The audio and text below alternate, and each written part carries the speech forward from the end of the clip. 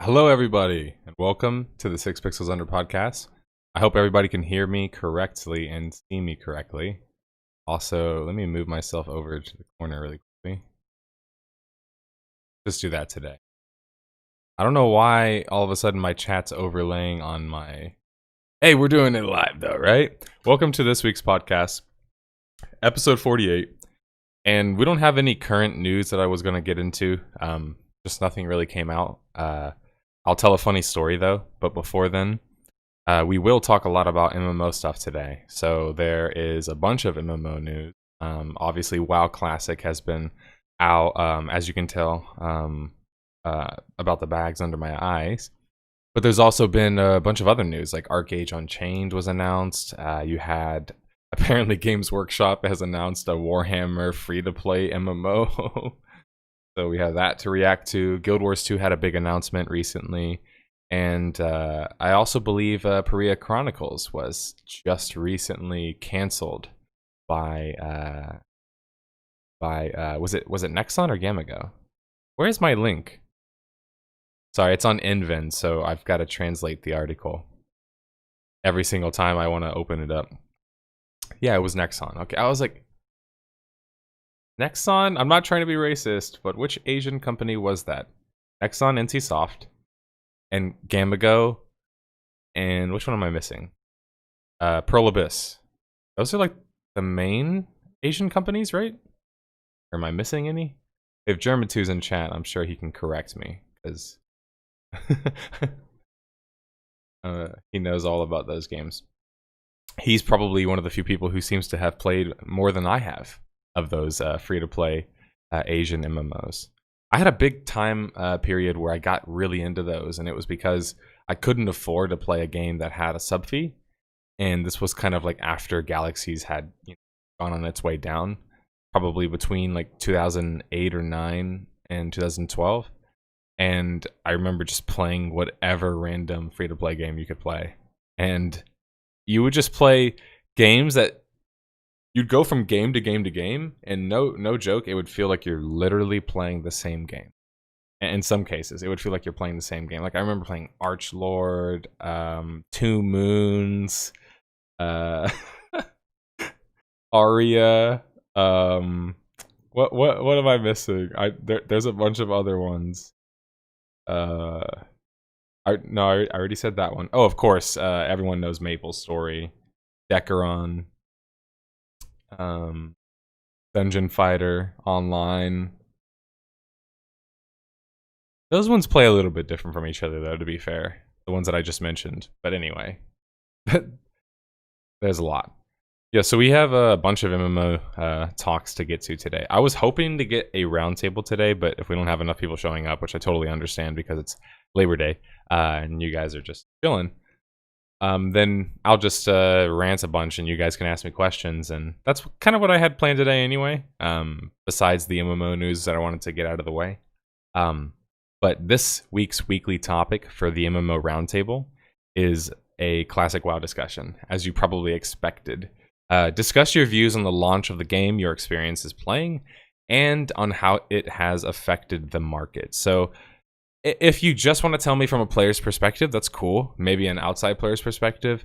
Maybe you want to look at it from a macro perspective. Whatever perspective you want to look at it, just react to kind of classic WoW and more than just the game itself, because like I guess like for those who expected it to be what it was, they're not really surprised. Like I'm not surprised about the game because I had been playing vanilla WoW in preparation, and there's some things that have changed, but it feels like the same game to me generally. So I haven't felt surprised in any respect, but maybe you have and you want to talk about it. So that will be a little bit later.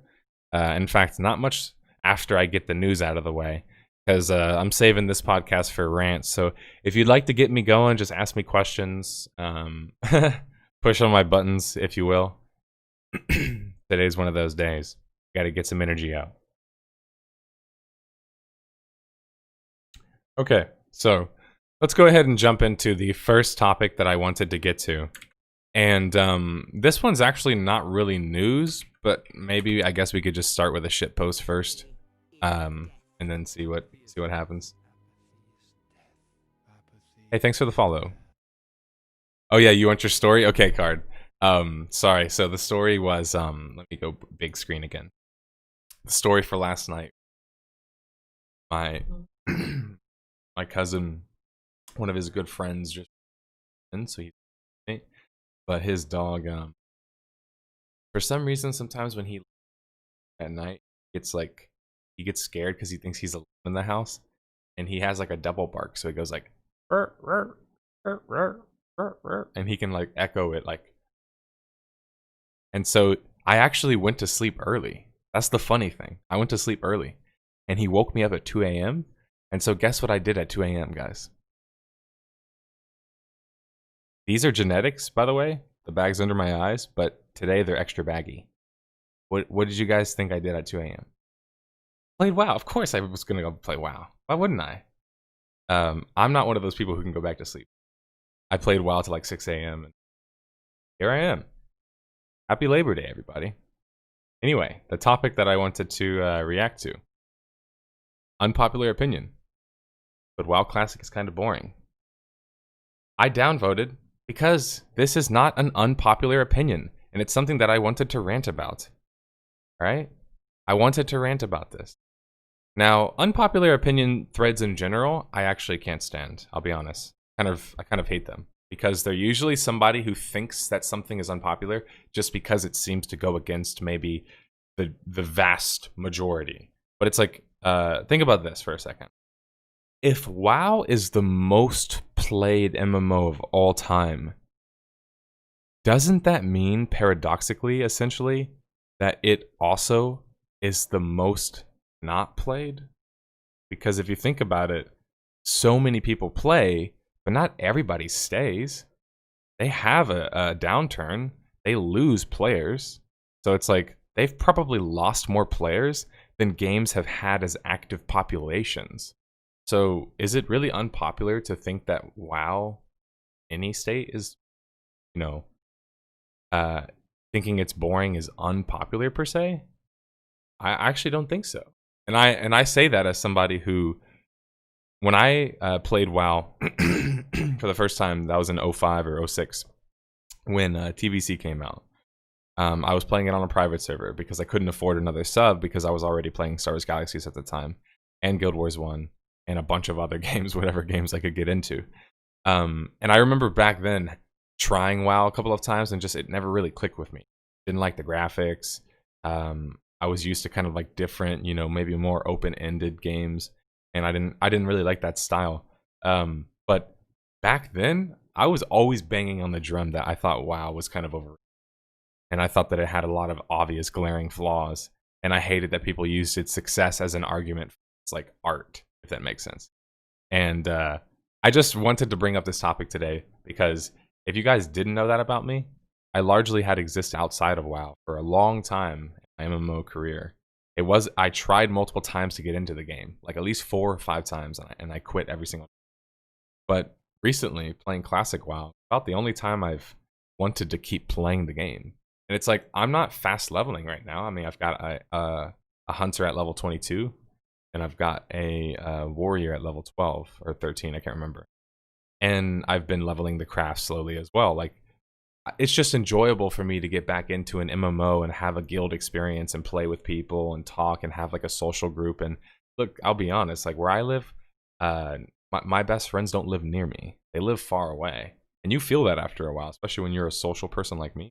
It's just that I'm a nerd and a social person, which is like sometimes a bit of a weird mix, or people don't think it goes together. It does. It's just that, it's hard to get people who just want to be social over video games out there in the public space because they got rid of arcades, damn it. And I'm just kidding. But there's a couple like arcades, and not here at least, but there's a couple bars you can go to that have like tabletop stuff and board games. But really, MMO communities are like the #1 place in my eyes to go to when you want to play a game socially and work together to accomplish goals with other players. And so it's like, what's so beautiful about MMOs is that when you're a kid and you become a man or a woman and you graduate your high school or go to college or whatever you choose to do in your life, and you look at like your life and you think, man, I used to have all these friends from my social groups from school. We used to meet every day. Like, I kind of feel lonely now. Like, I miss a lot of that activity. And people do, because we're social creatures. They miss a lot of that when they get out of school. And I think, interestingly enough, that's kind of where MMOs can kind of bridge a bit of that gap socially, where it's a place that you can meet people. It's a place that you can share a hobby. And it's a place that no matter what type of skill you've got, you can find someone to play with, somebody to group with. And I don't know, it just seems a lot more closer to what you're used to and more community-like environments. And I don't want to get too much into that, but essentially the reason for that, at least in my eyes, is because humans are social creatures, but we're not supposed to exist in large groups. Like, if you look at how we were originally founded, we weren't in big, large, massive million people groups in like a certain amount of square feet. It was more of like groups here, group there. And if you think about a guild and a MMO, I mean, that's essentially what it is. So it's just funny to think about that. It's usually like a smaller social group when compared to, like, I don't know, like a massive alliance or something. You always happy to help people whose content I enjoy. You should go into GuildWars 2 news. I feel like you could have a very opinionated and welcome take on it because it's a dumpster fire right now. Man, the hard thing with certain games, the reason why you guys don't hear me talk about them that much, because I almost like avoid talking about them. And to me, a good example of that is just like SWTOR, man. SWTOR and Guild Wars 2, those ones are personal to me. So they kind of sting a little bit. Because I'm moving past it.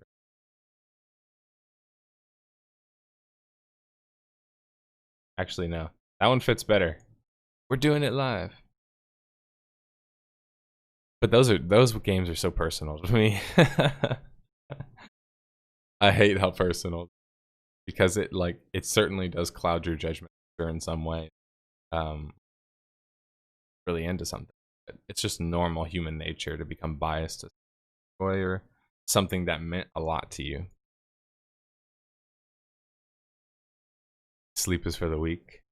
Yeah, but anyway, that's all I wanted to talk about with that Reddit thread is, like, I hate when people say unpopular opinion, oh, but like, I don't like classic WoW, or I don't like WoW. It's like, I don't really know if that's unpopular. Because, like, I've been saying that for a long ass time. And I've seen people saying that for a long ass time. Because inevitably, you're the biggest player in the market, you're also going to have a lot of hate directed at you. And you saw that in tons of small games. Since I played a lot of these smaller MMOs, you saw a lot of hate for WoW because they saw it as a game that was like killing their game. So people had like a lot of vitriol.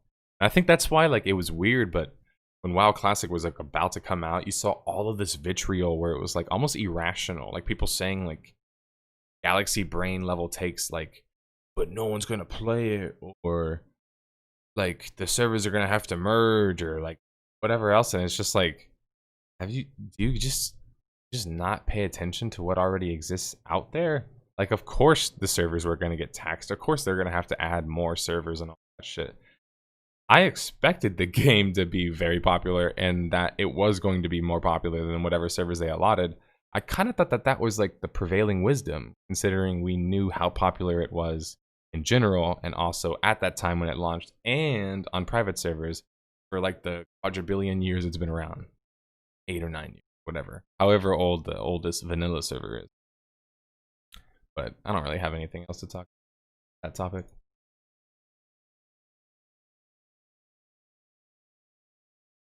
All right, so here's what I was talking about earlier, though, that I wanted to get to. Some ArcheAge news, and this is from Gamigo directly, the company that recently acquired their rights from, well, I guess they kind of asset purchased Trino, good old Trino. ArcheAge Unchained is going to be released on September 30th. And there's been a bunch of details that were released with this. So according to the article, you can start your pre-order already. And they have 3 different founders packs. Now, if you just want to pay the absolute minimum, you pay $25, $26 just about. I think it might be 30 with the tax. I'm not really sure because this number looks really weird. Looks like it's like translated. Excuse me. Anyway, trying to find, where did I put my, okay, here. Sorry, I like to look at my screen to make sure everything's coming in all right. So it's a buy to play game. There's no sub fee. There's supposed to be no player advantages in the game, except just cosmetic items, emotes, and just things like that. And then they're having some sort of a battle pass feature where it's almost like a premium battle pass, which is kind of like a subscription in a way, at least from how it sounds. But yeah, I mean, as they say here, they're boasting about fair PvP. They're boasting about unlocking powerful items by just playing the game, because that's kind of how battle pass works. Like when you level up and you progress your character, you unlock like more rewards. It's kind of the new thing, you know. It might actually soon enough need its own need its own business model delineation. You know, you might need to start thinking of buy-to-play games. You might need to think of free-to-play subscription games, but also potentially maybe you have to start thinking about battle pass games. Maybe it's a strange name for a business model, but what else are you going to call it when they all call it a battle pass?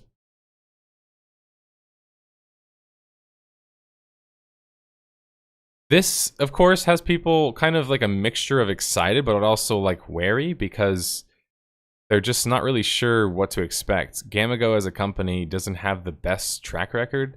I mean, if you just take a look at the kind of games they have in their stable, you can kind of see that. Check this out. Oh man. Publisher reviews getting tanked. Glassdoor getting tanked.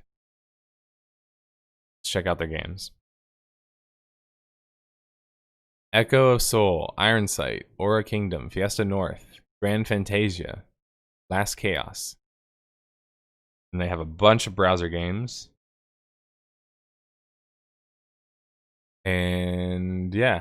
Oh, Shaya, another game I played. Yeah. Not exactly the best track record with not putting a bunch of pay-to-win shit in their games. I think the best example of this is probably going to be said online already, so I don't even really find it myself. Why does a company making profits have 300 volunteers?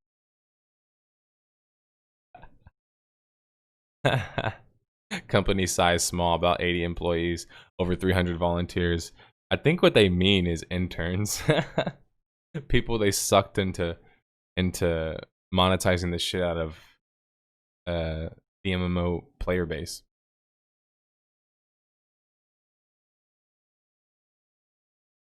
Yeah, so pretty much all of these games are download to play, which means that they're going to have some form of cash shop, premium membership, some way of monetizing.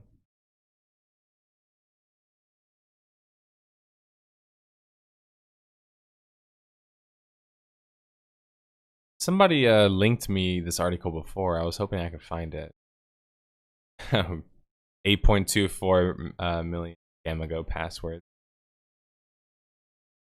Gamago services affected by illegal intrusion. I know Triumph sold off to them. But there's one game in particular that they did where they had like a really egregious form of pay to win in it. I'll have to ask around my chat. Wait a minute.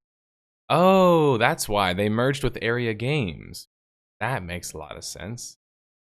This company doesn't exist on its own anymore. Ah, so we have some. These are where the games come from. They are actually the ones that publish these games, which means that Gamago kind of just like showed up and started monetizing it, at least from the looks of it. Here are a bunch of games that Area did. This will jog a lot of your memories. Guns, 12 Sky. Of course, I've played both of those games, as I'm sure most of you have, or a good amount of you have. A Perfect World, the Spanish version. Runes of Magic. Ooh, that's a good one. That might be a port though. Bless. That one ring a bell, everybody? Bless. What else we have? Heroes of Gaia, I remember that one as well. Drakensang Online. And Age of Conan Unchained, apparently. Yeah, so, anyway, they don't have the best history, and so that's why people aren't just outright excited so far about the ArcheAge announcement, because if what they say is true, and there was a recent interview that they had, I believe it was a live stream where they answered a bunch of questions from the audience, and they addressed all the serious questions right out the gate. I'm trying to remember where this damn interview is, of course, because I didn't save it when I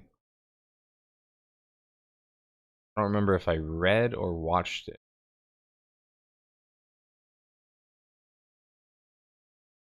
I'm sure somebody in chat has seen that as well, right? Wait, what?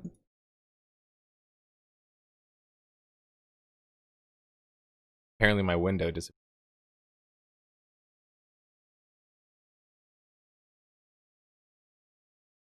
Go. That was weird. I lost my dashboard, so I missed your chats.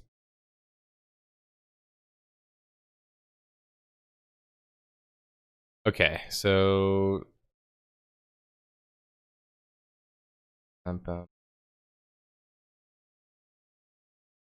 yeah, huh? That's weird. Anyway, I'm sure we can find it if we just go to their website. Oh, not Treon Worlds.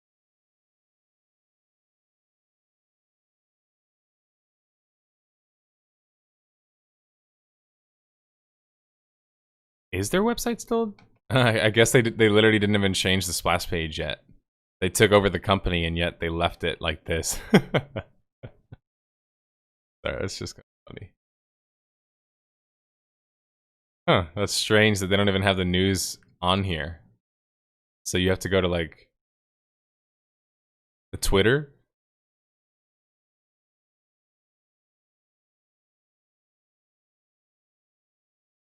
Here we go. This is what I'm looking for right here. Y'all see this? It's that stream. Somebody did a summary of it where they broke down all of the questions that were answered.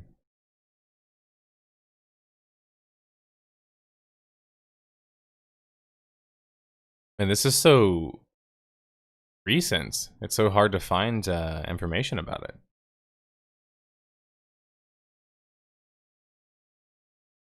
I guess we could just go pick through it a little bit if you guys want. Since it doesn't seem like we're gonna have a choice. It doesn't look that long. Hello everyone. Welcome to our very first live stream about ArcheAge Unchained. We're really happy to be here. I'm your CM Jaya. I'm Sim Karandash. What's going on Twitch? My name is Krolin. I'm the executive producer for ArcheAge. We are streaming live from our Berlin studio. It's really great to see you guys. It's good to be back. You know, we have been off the air for, I don't know, close to a year now. Play approach to ArcheAge, and they say, you know, ArcheAge could be the best game, but, and there was always that comma after it. And so this internal dialogue began mostly, you know, it started at Tryon probably about 2.5 years ago, and it was really just this initiative to say, how can we change the way ArcheAge works to meet the expectations of the people who know and love the game and didn't quite get that experience when it was released the first time. That is the ArcheAge. You know, there were a lot of conversations internally. Ultimately, the ArcheAge, I guess I would say, perception to the general public from, you know, reading all the comments and my personal experience. And it was really like the game that could have been. At that point to push it forward and try and do whatever we could with it. Now, you guys know at the end of last year, Tryon didn't fare so well. And so we were fortunately picked up by the team at Gamigo. And I have to say, you know, when this I think launching in September is a little bit soon, though, if you think about it, just because it's still so close to WoW Classic's launch. You're less likely to pull players over, I think. For the ideas, wanted to do right by the players, and so here we are today. And so ArcheAge Unchained is basically, you know, the same game we all know and love. The same game. I don't know what's up with the chat, guys. The chat's getting destroyed today. You can interact with it much more easily. It's not really wanting to load for me. Doesn't have Apex. Anybody who buys in is treated as a patron. Chat being weird for anybody else on Twitch. We don't sell labor. We don't sell tax certificates. We don't sell I guess I can't even see your responses anyway because for some reason my chat won't load. But I have to say, everybody on my team, you know, my two friends here included, I'm gonna type something. All the guys back at home have been working their asses off to I don't know what the heck is up with Twitch. With a fine-tooth comb to identify the things that have been Ginger. and remove them for the Unchained version. And so over the forthcoming weeks, as we work our way towards release, you guys will see that on the live streams. You'll see that in our communications to you. If we're releasing it in alpha. All right, let's see some examples. Familiar with like a battle pass season or a season pass model, we'll be very familiar with this. Here it is right here, the Arch Pass. That sort of a system. And so you will unlock daily quests, you will complete them, and as you complete them, you earn progress against the bar. There are 45 levels of this pass. When you complete it, you will earn basic rewards. Everybody will unlock those. And then if you pay $10 for the premium pass, you unlock the second tier of rewards. Now, there have been a lot of questions about this, a lot of speculation about what the rewards will be. The Arc Pass that you currently see on the screen is on a very early build of Unchained. It's on internal servers. And the pass that you see right now is actually not one of the ARC passes. That Same is available format for as free Ash's money. video, This as is a the version girl, of the 2 ARC guys, pass that low will be production. available in game for game currency, and that's why you see like the rewards are Guild Stars. It's just You basically know, an introduction man, to the pass. It will be available, and that's what you see there. it's hard not to So the still additional look ARC at a passes lot will of basically have developers as just some a of the bunch of items that were boomers. on the previous ArcheAge Sorry. marketplace, like in the legacy version, Like, and they will be redistributed. some of through y'all basic like reward grew track. up with That means anybody, technology, regardless if you buy the premium but pass or then not, you get access to those never basic quite rewards. found how And to that will find have a people who wide know how range of to items from the full catalog set up a of ArcheAge items. screen Now, or you also get new currency or called whatever diligence else. coins. This is a new Especially when currency you've that's got, introduced you with know, the the ARC pass system, resources, and the can diligence afford coins it. can be spent on a unique store that unlocks a very wide range. I of much things prefer available. Everything a from, you know, an open battle pets podcast to or gliders. It open can discussion be like housing this support items, even labor potions. than This is the important takeaway here. than Diligence some coins are pre-recorded only crap earned on though. the basic reward track. That's I'll the at one least say everybody that. has We're like, access to. you know, like the Now, for premium developer rewards, the items that are breakdown. there are It's like the guy's largely like, cosmetic. this We have game's things gonna like be pressed break scarves, da-da-da-da-da, we and it have just shows like UCC pre-recorded t-shirts, gameplay we stuff. have, Like, I everything think this is at costumes, least much you know, better there's because you can tickets, kind of it's hear what all they're the saying and things be that like, affect your physical appearance, your costume, does this match up with what I think he's that's the makeup saying of or the premium reward what track. I agree Now, with or this what is I really want in geared to get you ArcheAge? out there and playing ArcheAge It and is doing maybe these you're daily activities interested. to earn those basic rewards. You can spend your diligence coins however you like. In a forthcoming stream, we will absolutely show you everything that's available on the diligence coins. But just to say it again, those coins are only available from the basic track and are not available in the premium track. We are staying true to our approach, and it's 100% cosmetic and items that don't. That's the improve part your that stats. I think people are the most like unsure about is that if you do have a negative thought process about it, it's because you're thinking like, what's to stop them from doing essentially what Tryon did with ArcheAge just recently, and Tryon did with Rift as well. These Prime servers where they essentially sell you on some sort of like progression server, content lock you like arbitrarily for some reason, and people agree to that just because they like the whole progression aspect. But then they actually make you pay a sub to play on those servers. So they're like double gouging you, and they're like, "Oh, you have to pay a sub," and like, there's no microtransactions, but you still got to pay a sub. So, how many times do I need to pay you to play this game? And why are you making progression servers, which are just like arbitrarily locking out your content? Like, that's not the same as a classic server.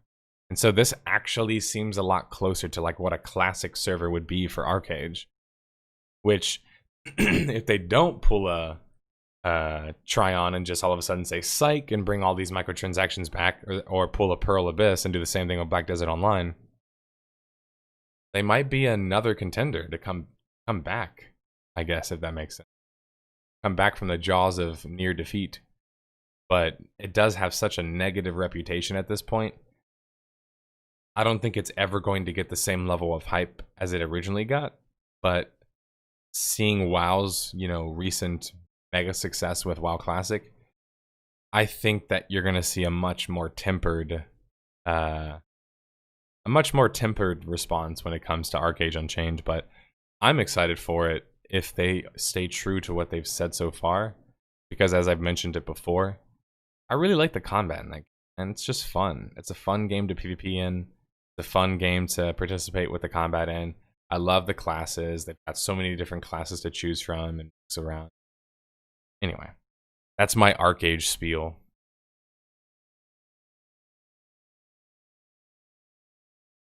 Alright, so speaking of Peria Chronicles earlier, I mentioned that they had been shut down. Let me try. It's spelled it wrong here, but bear with it. Nexon has canceled their Peria Chronicles. Now, this was one of those games that apparently was showcased like 5 or 6 years ago or something like that, and I believe it was a beat 'em up style game. This is the one that I remember. It didn't look bad. I mean, it kind of looks interesting. Like, I don't mind the style of kind of like brawl 'em, beat 'em up style MMOs. Maybe they're a little bit more closer to what you would describe as a multiplayer online RPG, as you always hear me talk about. But I mean, I liked the art style. I remember I liked the combat as well. The performance or the movement does look a little bit strange, but the combat was pretty cool as well. So it was just kind of, you know, one of those multiplayer online RPG type experiences that you're quite used to in the Korean market. But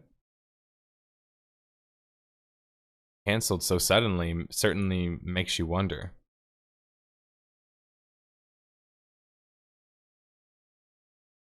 And of course, knowing that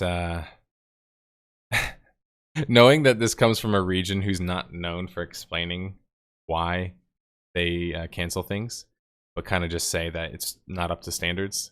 That's basically what they say. They say it could not satisfy the user and eventually canceled the project. So that could mean a number of things, but it could mean that player feedback was just consistently poor and they just pulled the plug. But it's very rare that a company will pull the plug before launch. And the reason is at that point, especially with an MMO, you're more likely just going to launch the game and then try and fix it after. So the fact that they actually canceled it makes me think that they realized something. Maybe they've got their resources other places. Something new happened beside the game just maybe not being good enough, because that's not enough of a reason not to launch the game necessarily.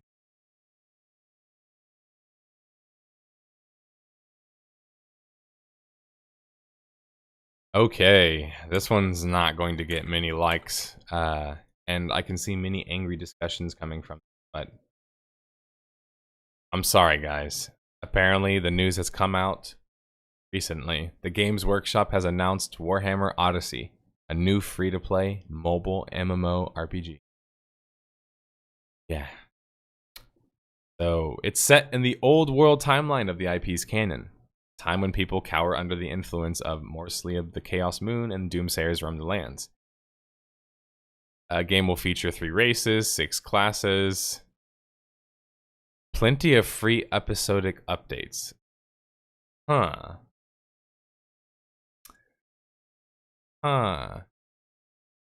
Free episodic update. What good marketing thing to say. It's almost like then people will think that you're getting free, or that they are giving you enough content to warrant you spending money. I've never seen that mentioned before, like in words like that. Good marketing. Promises plenty of free episodic update. Mobile games don't really work like that.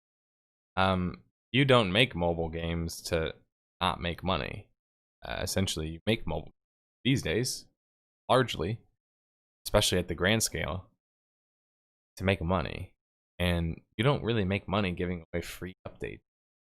So it's more likely that they're giving you free updates, but that they're going to have some sort of labor system, endurance system, energy system, or whatever amalgamation system that is utilized or designed specifically to gut you of your resources, of your money. Open your checkbook, open your pocketbook, open your wallet. It's sad. I loved Warhammer Online, and I would love to see another Warhammer MMO, but I don't really know how probable that is. At this point, especially after seeing this, it's kind of like a red flag that maybe you just won't see it. Because I feel sometimes that publishers look at something like, we'll just launch a game on this platform, and we're going to really hit it home. And then they launch it, and it's not an immediate success, and they're like, oh crap, let's abandon that. Let's never touch that. Like, you see that happen a lot. And MMOs are like notorious for that, I think, because it's one of those markets where it's like either you're in it or you're just like not gonna make it, because you have to be in it. And what I mean by that is that you can't just be looking at it like, hey, we're gonna like tack on some MMO elements onto our game and expect that it's going to work at a massive scale. It's been tried many times, and it doesn't really work. So can't dip your toes. Exactly. I wonder how this will affect Return of Reckoning. The server is becoming pretty popular. Yeah, but I mean, like, my stance on classic servers, private servers, is always the same. They're cool, but then it's like, if I've already played the game for a number of years, what more is there for me on a private server except just more game? And in 2019, you can feel Warhammer's engine. It's horribly optimized, and I'm one of its biggest fans. But I can't deny that. It's not like just because I love the game, I can't see that it's clearly out. PvE experience leveling is horrible, horrible. Public quests are great, awesome idea, but horrible paced experience. Very slow and a big drudge, and just it's sad because it's like I love that it's there so people can experience it and play it, and I recommend it to people all the time if they've never experienced Warhammer Online. But it's also sad to think that with this Warhammer mobile game coming out, are we really gonna see a good Warhammer MMO come out? Because it looks like Games Workshop's just in the business to make money. Apathy is death. Apathy is death. Mobile is the future, baby. You gotta make money. All the money. There's no such thing as enough money. Limitless growth. Yeah. No, we just gotta keep... Like, EA's thought process is...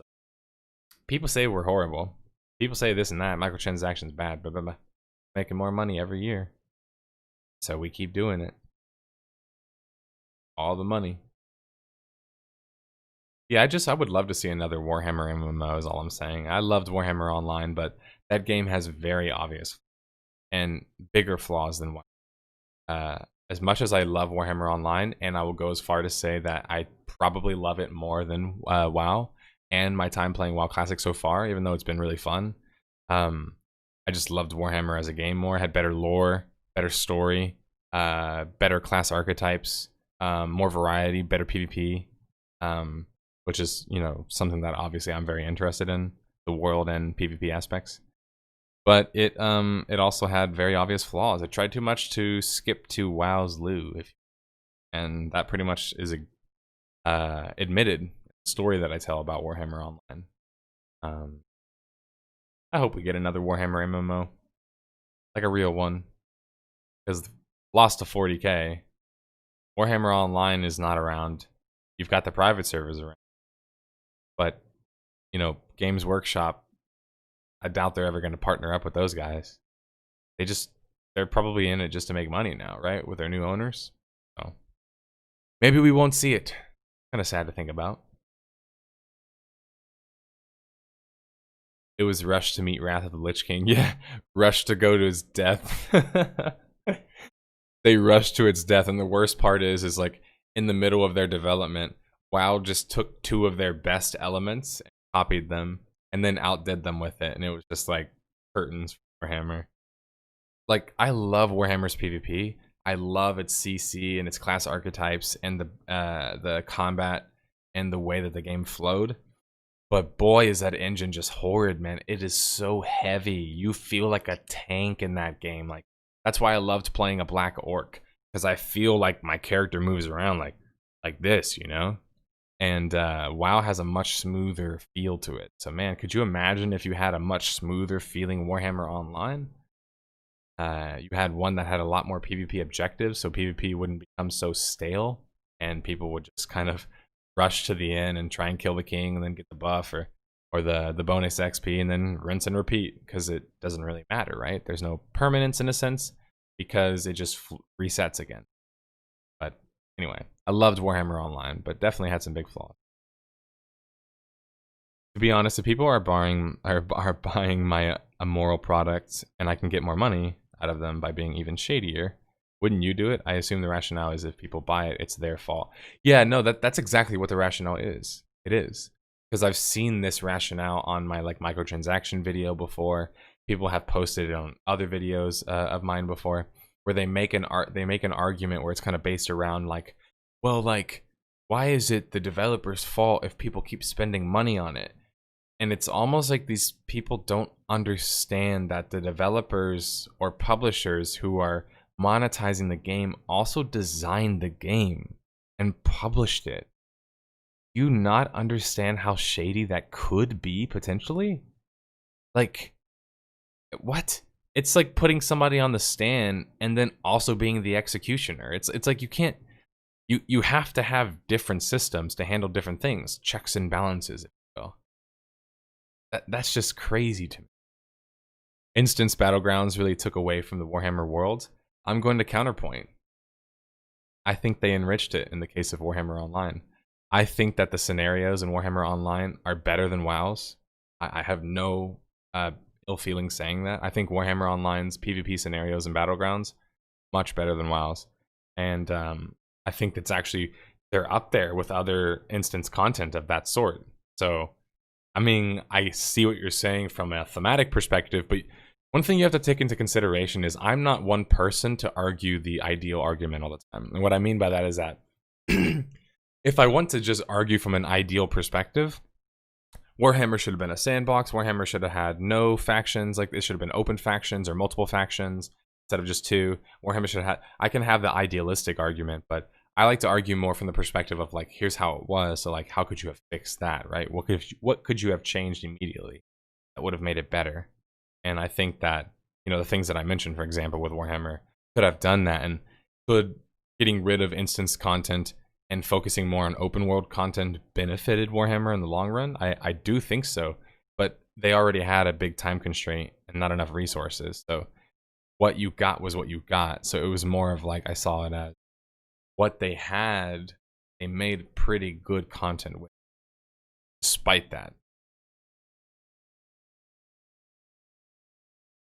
The industry also has the thing where they blatantly lie about everything, so people buy it and then get the shaft. So when I don't know if I want to go as far to say blatantly lie, but what I will say is that they prey upon your ignorance. And hear me out. I know I'm gonna sound a little bit doomsayery here, a little bit like I'm like that guy sitting out on terrace in KOTOR 1 who's the aliens will destroy all of us. But seriously, like, companies prey upon your ignorance, and I'll give you very obvious examples of it. So in the US, there's a concept of organic, which is non-pesticide chemicals, and then you have non-organic, which is basically everything else. Marketers and companies came up with an in-between name, but it's only used for marketing purposes. It's called natural foods. So a lot of the time you'll see natural flavors, natural foods. That's literally just a misnomer. It's just used as a name. It sounds like it makes sense, like, oh, natural foods, but it's like, doesn't actually mean anything about the quality. You see what I'm saying? Because it's not organic and it's not tested in an organic way, like an organic product would be tested, they can get away with being like, oh, but we're like the natural version, even though they're still the unhealthy version. And so, like, that's a lot of what happens in marketing and games as well, is like, why is it beneficial for a game to be described as an MMO? Well, because of the massive scale, lots of people playing, the social interactions. It looks good for marketing to be like, yeah, this is our game, massive, it's a big deal, you know? But then it's like, but is it actually better for the players or the game overall to be taken in the wrong way, per se? Well, no. But why would you want somebody to maybe not necessarily know if it is what it says it is? Well, I mean, the obvious answer is, like I said, with the natural foods, make money. you can sell that shit to customers. You can sell, I've got the natural foods version of my game. Come check it out. When in reality, does that really mean anything? No, it's just words that were invented by people who know how to make money and know how to sell things to people.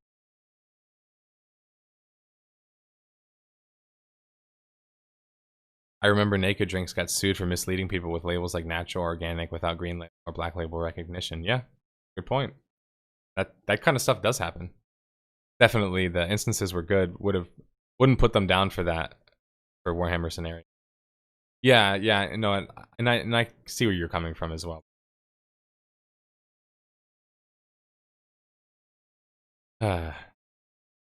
Warhammer. That can always get me talking about it. I saw so much cool in that game. Like, somebody made a point last night. I actually think it was Card. Or was it Card? I don't know. Somebody made a point last night in guild chat and WoW that the RP ability... No, it was Garthener. He made the point that the RP chat... Or sorry, the RP text for your abilities in WoW is like non-existent. It's just like, you attack here and done this damage. In Warhammer, you had like elaborate ability names and and like actual lore interspersed throughout the game's abilities. So you'd have an ability that was like Gork and Mork, and you'd have to switch between Gork and Mork as a goblin shaman or something like that. Or you have tree hit, like tree as in like a tree, but meaning 3, tree hit combo as the black orc, right? Those names made sense and they felt cool when you use them because you're like, this goes with my character's archetype. But that's always been a problem of mine, and it's funny that somebody mentioned that late last night, but it has been a problem of mine with WoWs, where it's kind of like, you don't have that same flavor, you know, when you're playing it, where you're like, yeah, this is my ability. Like a frost trap as a hunter, just frost trap. Like it's nothing like specific about it that's like, oh wow, it's a special frost trap that, you know, I learned how to make in my years, like in the tundras or something. Like, you know what I mean? Like it's just a frost trap. There's nothing else to it.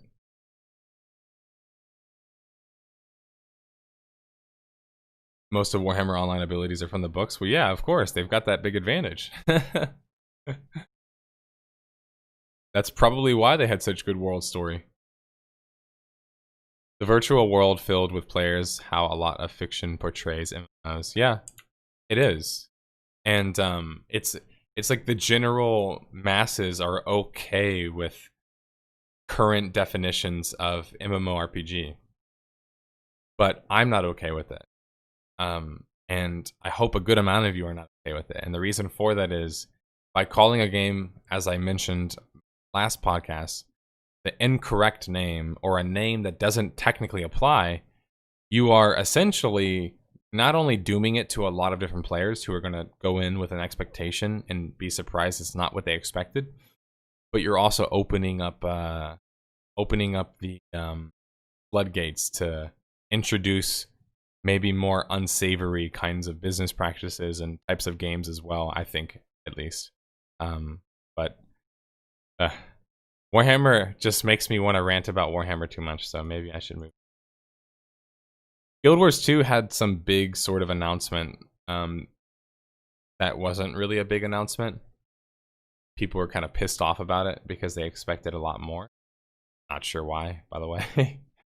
Based on the last news you heard about GuildWars. All the layoffs, remember? So the big announcement just turned out to be Guild Wars 2 Heart of Thorns is free with the Guild Wars 2 Path of Fire expansion. So when you purchase Path of Fire, you get Heart of Thorns for free. That was kind of the quote-unquote big announcement. But I don't really know if that was a big announcement for some people. You know, it's like it's attractive to bring in new players, but is it really anything tangible for current players? I mean, it doesn't really seem that way. That's been the criticism I've seen levied against it primarily. What is Guild Wars 2 going to do? I mean, let's talk about Guild Wars 2.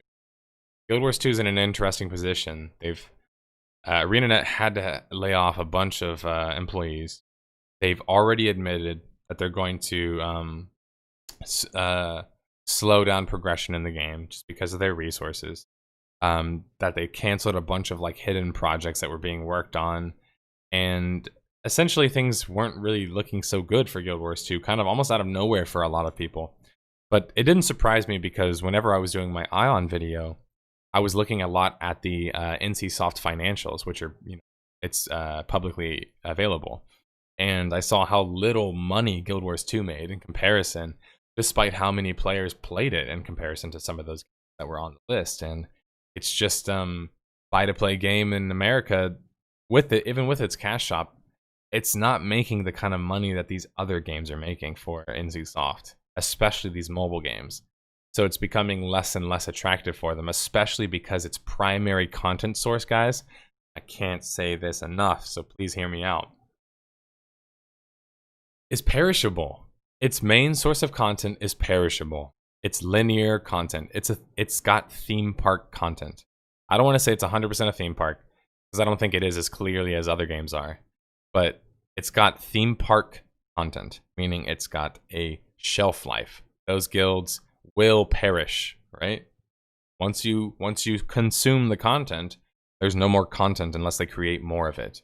Well, when you've lessened your workforce and you've admitted that you're not going to be pumping out as much content, you've essentially admitted, like, hey guys, the only thing to stay, or the only reason to stay stuck with the game is if you're already really, really into it. But like, you're here for the long haul and you want like a consistent experience like you were expecting before, you're just not going to get it. And that's why I think it's so paramount that developers and publishers and the market in general shifts away from the perishable goods, right?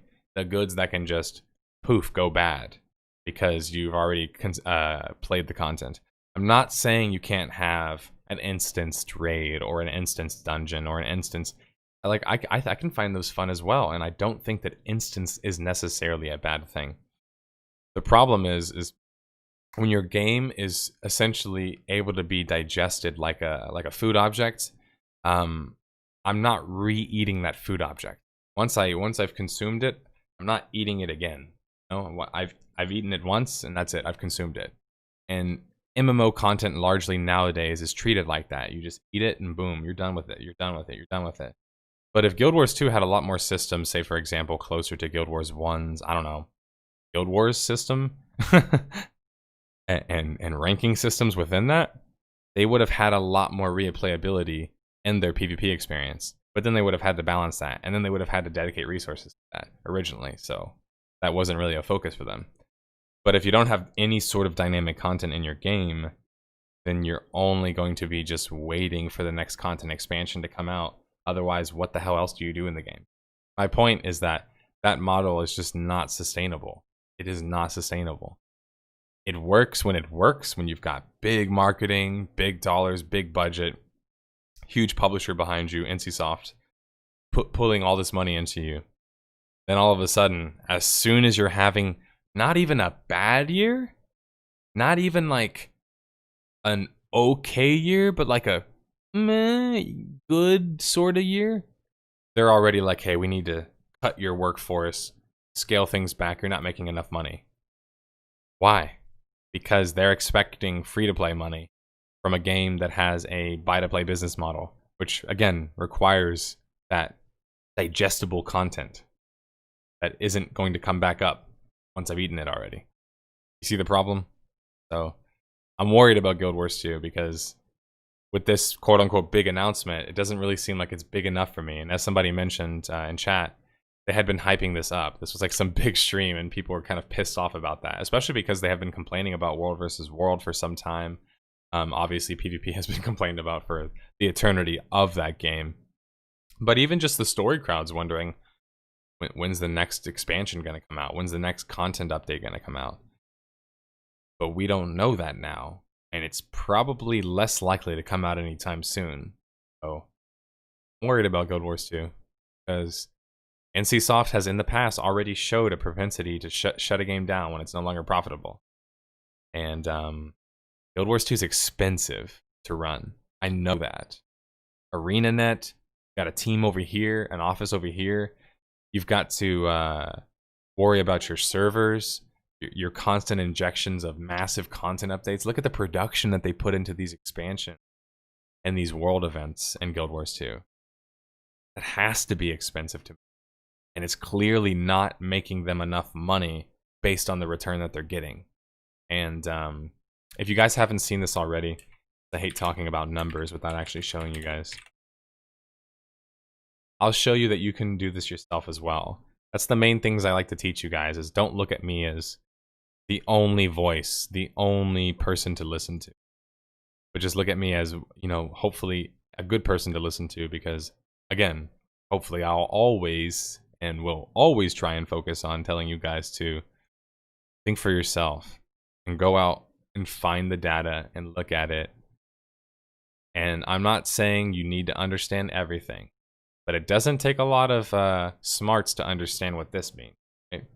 I can look at these numbers and clearly see which numbers are more, which numbers are less. Let's look at this. Sales breakdown, quarterly by game. This was the second quarter of 2019. Mobile games. This is Korean millions in won, I believe it's what they call it. Korean won in the millions. Mobile just blows everything away combined easily. That's why they keep making more mobile games. They've announced all of these mobile games. Blade and Soul mobile game, Lineage mobile game, I think even Ion's got a mobile game in its sequel. I don't know if there's a GuildWars mobile game, or if there could be even. So that makes it less attractive as well. But then you look at Lineage, guys, this game is from like 99. This game still makes more money than like the vast majority of MMOs. It's crazy, man. This game right here, Blade and Soul and Guild Wars 2, these two games probably cost upwards of like 5 times the amount of Lineage. And yet Lineage still outperforms these games. That is just so impressive to me. It's proof that a simple but fun and addicting combat or gameplay loop can always win out over flash and pizzazz in the end, right? It's more scalable, right? It's got content that will last longer. It's not so perishable. These games have content that dries up so quickly, and that's why they go from making boatloads of money to like no money in no time. Look at that. If you look at their previous numbers, they all have been going down, and this is worse too. If you look further back, these games were making even more money, and it's only been going down since then. Blade and Soul I'm a bit surprised by, because they had these really good numbers when they went free to play, but looks like that's already starting to dry up as well. Yeah, mobile games is only just increasing. Like, you have these monster numbers. Even if they have little downturns, it doesn't matter. They're making insane amounts of money. It's paying for everything. And little old Guild Wars 2 over here is putting in work. Would it be good if it didn't have to be under NCSoft as a publisher? If ArenaNet could afford to actually just purchase the rights to it and just run it on their own, could they make it profitable? Absolutely. Of course they could. They'd have less overhead. Way less overhead. But right now, they, ArenaNet or Guild Wars 2 and NCSoft has massive overhead. Because they have massive overhead, that means that Guild Wars 2 is in danger, potentially, of facing a shutdown. Because you might ask, why isn't Ion as in much danger? And the primary reason is that Ion, before this, had made them a lot of money, and it's a really, really old game. It's pretty damn old. It only recently went free to play. So these numbers you're seeing with Ion right here, this is very recently. Like, their numbers before this were actually consistently higher than Guild Wars 2's. And like a good example of this is I just go back a number of years. I can just look at an example of this.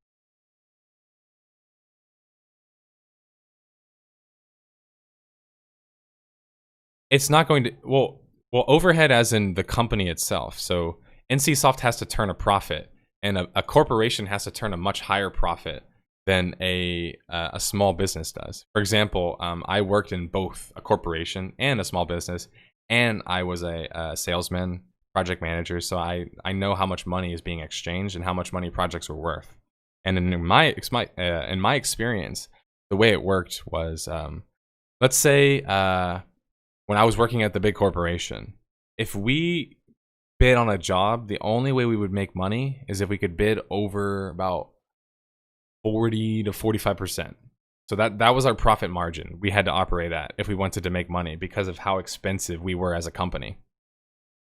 So the way that's different in smaller companies is that, yes, ArenaNet would have to take on a lot of debt in order to buy themselves out of that. So I'm not trying to say it's like the best of a situation. It's making the best of a worse situation. But a smaller company can operate at a much lower profit margin because they don't have as much cost overall. So like, if you think about it, you could have a company that, instead of needing 40, 45% profit margin, they could operate at 20, 30, 35, 40, like lower, right? They can undercut that. And that's generally how business works. If I could explain it in like the stupidest terms, is like the smaller businesses can afford to operate at lower profit margins because they have less overhead, they have less employees, and they have less things to worry about, less bills. But bigger companies have more people, more things to worry about. They have to worry about healthcare in some cases based on the size of your company.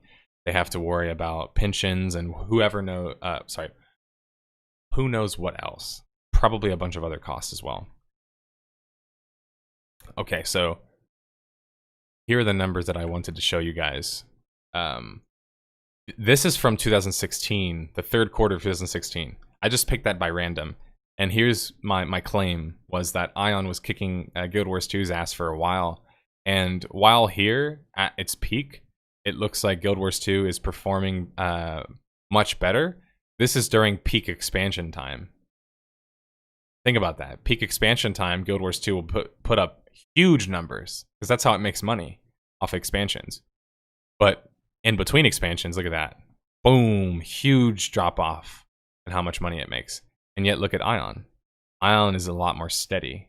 And it has been that way over time. And that's just because of the way the games are structured. The business models are different. And then poor WildStar. Poor WildStar. WildStar has to deal with just basically getting whatever runoff they possibly can. And it doesn't take a genius to know that this game can't keep operating. Because let's say, like, I don't remember how big their company was at the time that they shut down off the top of my head. They had a number of layoffs. I think it might have been 30 people. That's what my head's telling me. But before that, it was like 200, 300 people working on the game. So imagine right now if WildStar was alive and had 300 people working on the game, and this was the money they were making. It would fold like overnight, right? They wouldn't be able to pay anybody. Unless they just incurred a shit ton of debt and just kept incurring debt and kept incurring debt, And if the same thing happened to like Lineage, right? Lineage is gonna recover, man. Because Lineage has that gameplay loop. It's been around. It's got loads of content. It's a slow crawl, slow progression. It's just gonna keep going and going and going. And yeah, of course, you know, they're gonna have to try and find a way to pivot that audience to another Lineage. It wasn't Lineage 2 for Lineage fans. But it's just crazy to see that money that Lineage makes still. But back to current day. These are where we're at now with the stats. So yeah, Lineage has had a drop off in 1 month, but then it just blows right back up and it dwarfs other games. I mean, you can combine Lineage 2, Ion, and Blade and Soul, and you barely beat out Lineage in how much money it makes, which is just impressive.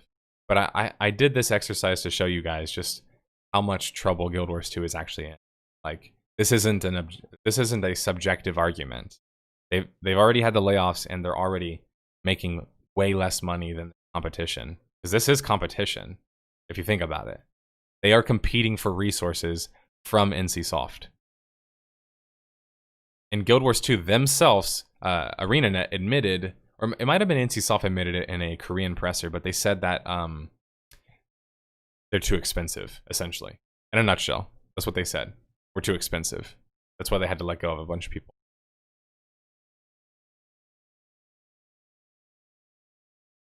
Lineage just got a remaster, a monetization revamp. Like, that's going to go back down soon enough.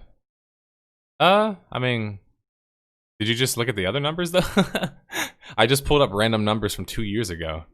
Their numbers are doing even better back then.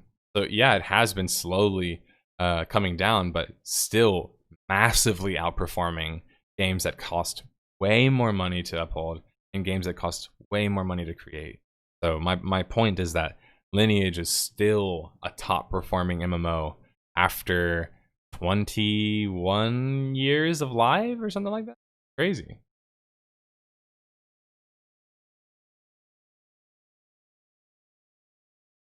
Lineage is kind of like EverQuest. People still play it.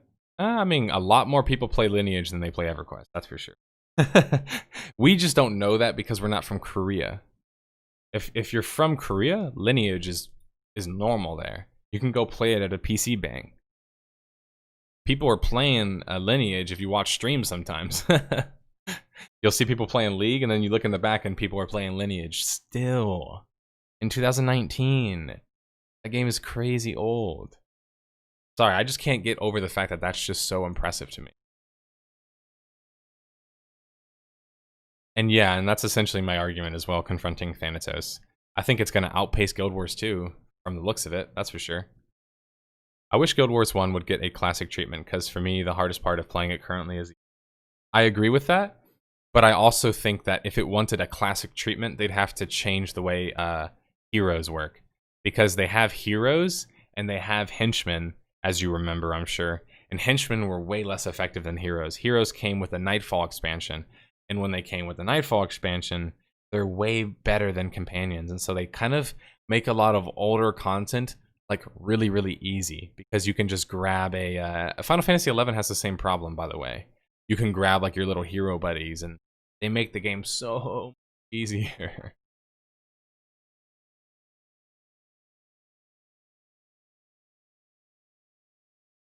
You must take into consideration that the vast majority of the income from a game like Lineage comes exclusively from Korea. And that's, sorry, I don't know if that's a point that I have made on stream before, but oh yeah, Lineage makes that money pretty much only in Korea. So the numbers that you're seeing are coming directly from their core audience, and that's why they're always more focused about their core audience than they are the abroad audience. And GuildWars is an abroad audience, so it makes even less money because of that, because of all of the costs that go with that. So you think about that as well, and it's another reason why you could see Guild Wars 2 potentially shutting down before you would see Lineage shut.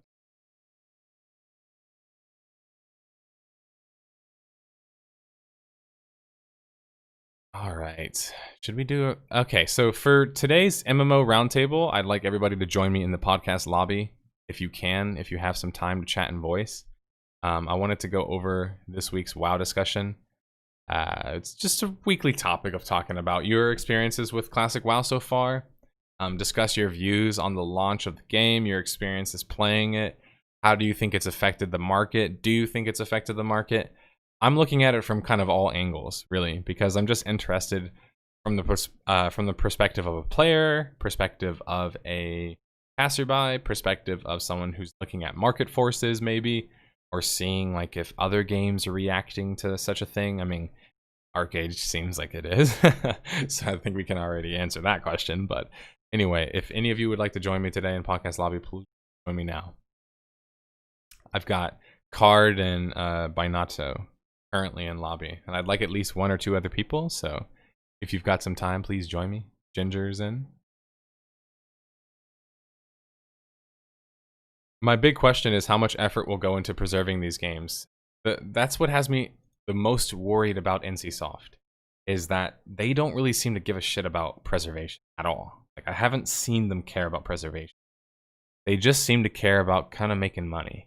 And while I understand that as a big company, you have to make a lot of money to keep functioning, as I already mentioned and outlined, it doesn't mean that you can do unlawful things or just like operate above the law, of course.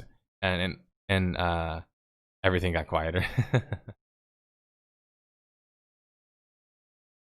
Yeah, it did. That's a good point, John Jakag. I'd really hope the source code ends up out there if they shut down the servers. I would too, man. I really do hope that Guild Wars 2 could be picked up by the community. And I don't want to say anything publicly, of course, because I don't want to get sued by the lawyers over there, but like, seriously, if the community could get access to Guild Wars 2, I want to see what we could do with the tools of that game. Because I bet you we could come up with some cool shit that they haven't thought of already. Or haven't done already, I should say, because they probably thought of it, but didn't think of a way to make money doing it. That's the hard part with Guild Wars, is how do you make money doing it? Hey, what's up, everybody? Welcome to this week's MMO Roundtable. Nothing too controversial or crazy, just a simple question of Classic WoW and what it means or what it's meant to you so far, your experiences with it, your views on the launch, your experiences playing, and maybe your eyes or thoughts on how it's affected the market overall. So if everyone will raise your hand in the MMO Roundtable chat by Xing in chat, then we can go in order and then open it up to the floor after and then open it up to chat. All right, looks like Card's first, so Card will start us off.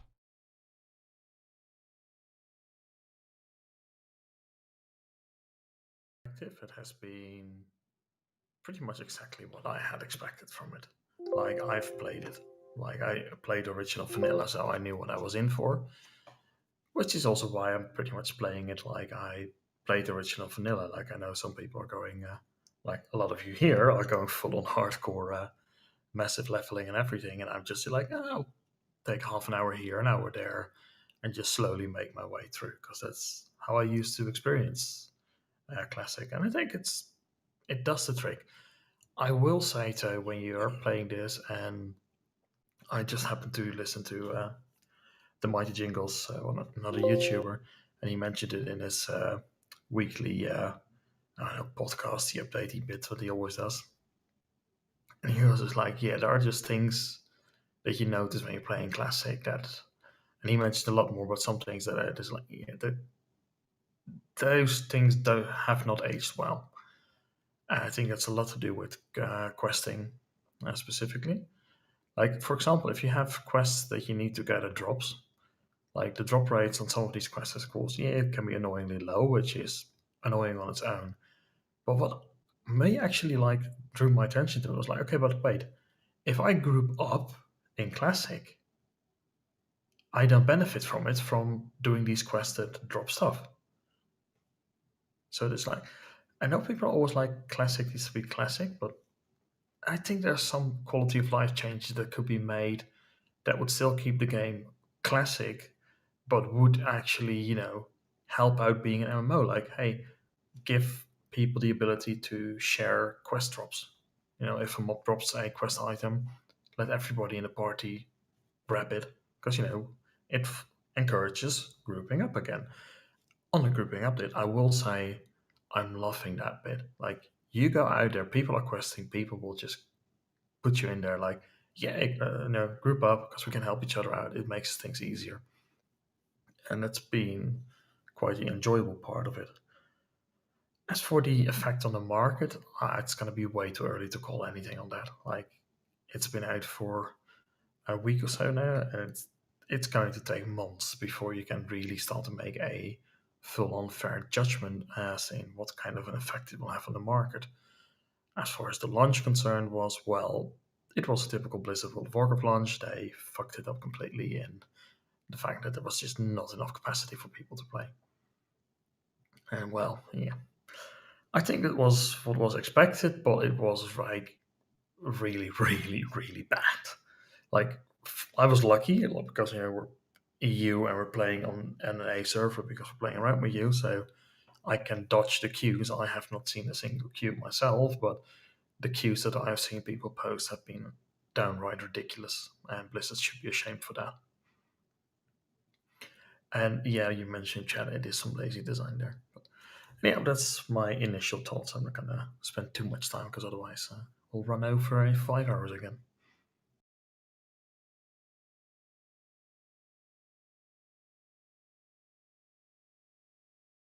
Limpas? Yeah, sorry. So Playing WoW? far, yeah, I'm playing WoW right now. I don't have much else to add. I think the only thing that I'm a bit mad about is that something like dungeon quests and such are so out of the way and so, what would you call them? It's like you have no idea that they even exist almost unless you sort of do the quests Inconvenient? that leads towards them. Well, I wouldn't even say it's inconvenient. It's impossible to know of, basically. Like, I didn't know how to get to something like Gnomeragop because, well, it's in the engineering hub, the place that I never go because I never did engineering. That is really my sort of biggest complaint right now, essentially, with the game, is that it's really obfuscated some of the questions, how they sort of work and how you get them. And I guess to some extent you need to question people about it, but it's sort of a weird question that you have to ask. It's like, hey, do you know of any quests that I don't know of? And that's essentially it. That's sort of the only thing that I can really add. And also to note, there's like, they're not shareable. Not all of them are shareable. That as well.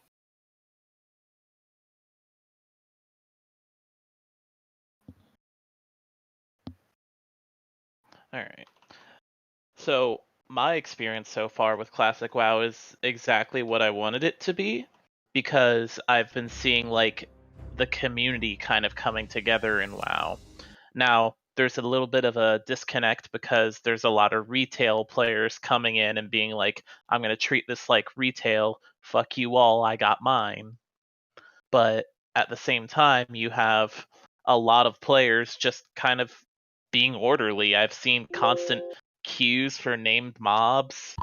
people grouping up to get those special quests done, and even people who would travel to the other side of the continents in order to get the one dungeon quest that you might have not gotten because they don't tell you it's there. So like how Ragefire Chasm, there's an entire quest in Undercity, but you wouldn't know it's there, and by the time you go over to Undercity, you probably out-leveled it. So what I expected out of this is kind of people coming back to that whole community aspect of WoW versus just this grand story that honestly I couldn't care any less for.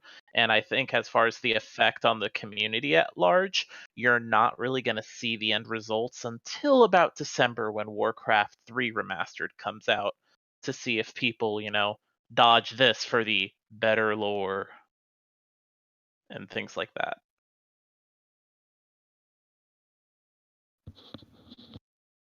Okay. So I'll answer, I guess it's like a 3-part question in a way. My views of the launch of the game, let me just get that part out of the way. That part's probably the most, I would say for me, where I get the most annoyed or the most angry about is how launch was handled. And I'm going to rant about it a little bit. But I hate the way launch was handled because to me, like Card said, it just makes me think of like corporate ignorance or corporate like benevolence, just being like, oh, they don't really like, come on, like, they don't really like this. Like, they're telling us this, but that's not what our metrics say. Like, like they're keeping it all close to their chest, like they know what's going to happen. Meanwhile, all of us, including me, are telling them, you don't have enough servers. I promise you will have to make us another server. If you guys remember on the podcast, I said, I bet if they add an RP PvP server right next to launch, they're going to have to add another one. They added another one. Why? Because this shit has happened before in other MMO launches. And that's the craziest part to me, that they still can make the same mistakes, and the mistake they make is almost like preparing for failure. It's like this weird thing that's changed in MMOs in the past couple of years for sure, where it's like when MMOs come out, it's almost like people are just preparing to fail. And so they're like, well, we're going to have our 5-6 servers, and come on, guys, look at the queue times. How wrong were you guys? Y'all were so wrong. You should be embarrassed, Blizzard. You should be embarrassed about how wrong you were about that. If I'm coming at it from a business perspective, I would be embarrassed about my product and be like, shit, man, I cannot believe we woefully underestimated this. I cannot believe we relied on an ancient method, like an ancient Egyptian method of name reservations to know how many people are going to join us on the 5th day. Like, that shit doesn't work, dude. So, I don't know. I have to get that out of the way because that's like the most tilting part about the whole WoW launch for me. It was like how they handled the whole beginning of it, where it's just like, it's one thing when people say, you don't know what Blizzard's saying because they have all the data. Like, they're smarter than you guys. Well, they weren't smarter than us this time. So everybody in chat, if you knew that going into this, pat yourself on the back, give yourself like a round of applause and be like, I was smarter than Blizzard. So for the second part that I wanted to talk about was my experiences playing the game so far. I mentioned it at the top, but I have 2 different characters, one level 22, I think just hit level 23, I can't remember, and then I have a level 12 warrior. And I've been playing them almost like park one and then play the other one, and it's just been fun for me because for the first time in like a long time, I don't feel like I need to worry about getting to the end of something yet. It's like, while people were worrying about, hey, this guild or this group, they did this dungeon, they did this raid, it's so cool. I'm like, I don't care. All I care about is my character and my journey and my experiencing of that event. And that's the beauty of classic WoW so far to me, is kind of like everyone is having a similar experience, but everybody's having their own experience. And that's what's so beautiful about the game, is because it's not grand narrative, like Binato was saying, it's not this like otherworldly, hard to relate to story. It's like everybody has their own story within WoW, and everyone's personal story seems as important to yourself as it should be, right? And yet we're not all being told that we're all special snowflakes. And so it's not like some false kind of specialness. We actually are all special. And like a good example of this is last night I was questing in a really hard zone, Ashen Vale. and I was getting chased by a rogue. He had just killed me, and I respawned, and I was trying to get out of there. He was like level 30, and I run up on 2 guys, and I just say in the Sage chat, I'm like, I'm being chased by a rogue. And then like a mob's like on me at the same time, like murders me. So I like died in front of them as I was like saying help me. And then the rogue showed up and killed both of those guys as well. But I was just like, that kind of shit is what happens in this game because of social interaction, because you want to talk to people and tell your horde teammates like, hey, there's alliance here, watch out, and you just see them like, uh-oh, and try and run, but it's already too late at that point. But experiences like that are what I miss, of course, in MMOs, and I've been getting a lot of experiences like that in WoW, so that's been fun. As for like affected the market, that's actually where it interests me the most. Like, yes, selfishly, I like playing the game and think the game's fun to play and enjoyable, even if it is, you know, quote unquote dated, right? It comes from another generation. That's nothing new to me though, because I made my channel talking about old dying games, so I'm pretty used to going back into the past and being like, hey, they did it better. So that's just more of sort of what we're seeing here. Obviously, I agree with Card that there are obvious glaring issues in the game. Like, I could go down, I have a list already, probably somewhere in my journal, somewhere in my closet, because I told you guys I used to look at WoW all the time from a critical perspective and just wonder, like, why is this game so good? Like, why does this game work? Because I did not like the game before. Looking at it now and how it has affected things, I think you actually can say it has already affected things. You look at the conversation, and the conversation is changing. Like, people are actually now saying things like social community interaction. And it's because herd mentality is how a lot of like big groups work. And so for a while, it was just like the small dudes saying, hey, come join my game. My game has a lot of community. And people are like, no one cares. No one plays your game. No one plays your game. But all of a sudden, it's like WoW's coming back and has this whole community feel. And everybody wants to be a part of it, you know? It's fun to be a part of it. It reminds me that being a part of an MMO launch is still so attractive for so many people and is still so enjoyable as a player. As for how it has affected the market, some clear examples for me are, you look at pre-launch, the game affected many different games. There's been like at least 4 or 5 classic server, quote unquote, classic servers launch in different games. That's I don't think that that's a coincidence. I think that's capitalizing off of a trend that WoW and RuneScape had been doing for some time now. Though RuneScape does it in an official way, which is a little bit different. So they did it before WoW, for sure, in that sense. But so that, and then you also have, look at ArcheAge. I mean, just recently announcing some sort of classic-like server. It's like people were almost realizing, hey, if our game was good enough initially, maybe we could just go back to that and fix that.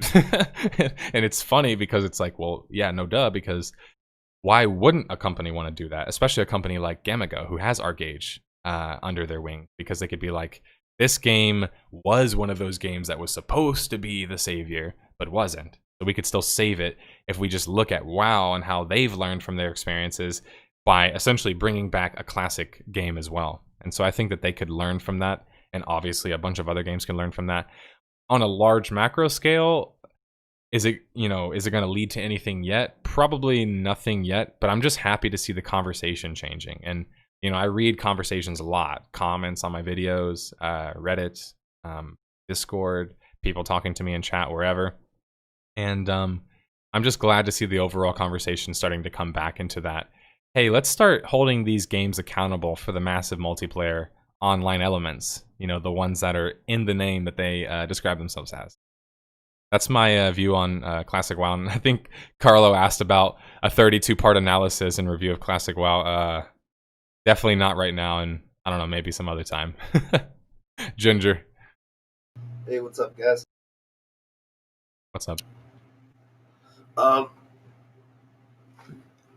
So first part, I think it was a massive flop on Blizzard's end not to have more servers, especially when, like, I think it was roughly, I don't know the exact time, but I think it was roughly 10 days before launch. They basically were begging people to switch servers. They had like 6 different servers between EU and NA that were just so past capacity. They were warning people of hours and hour-long queues.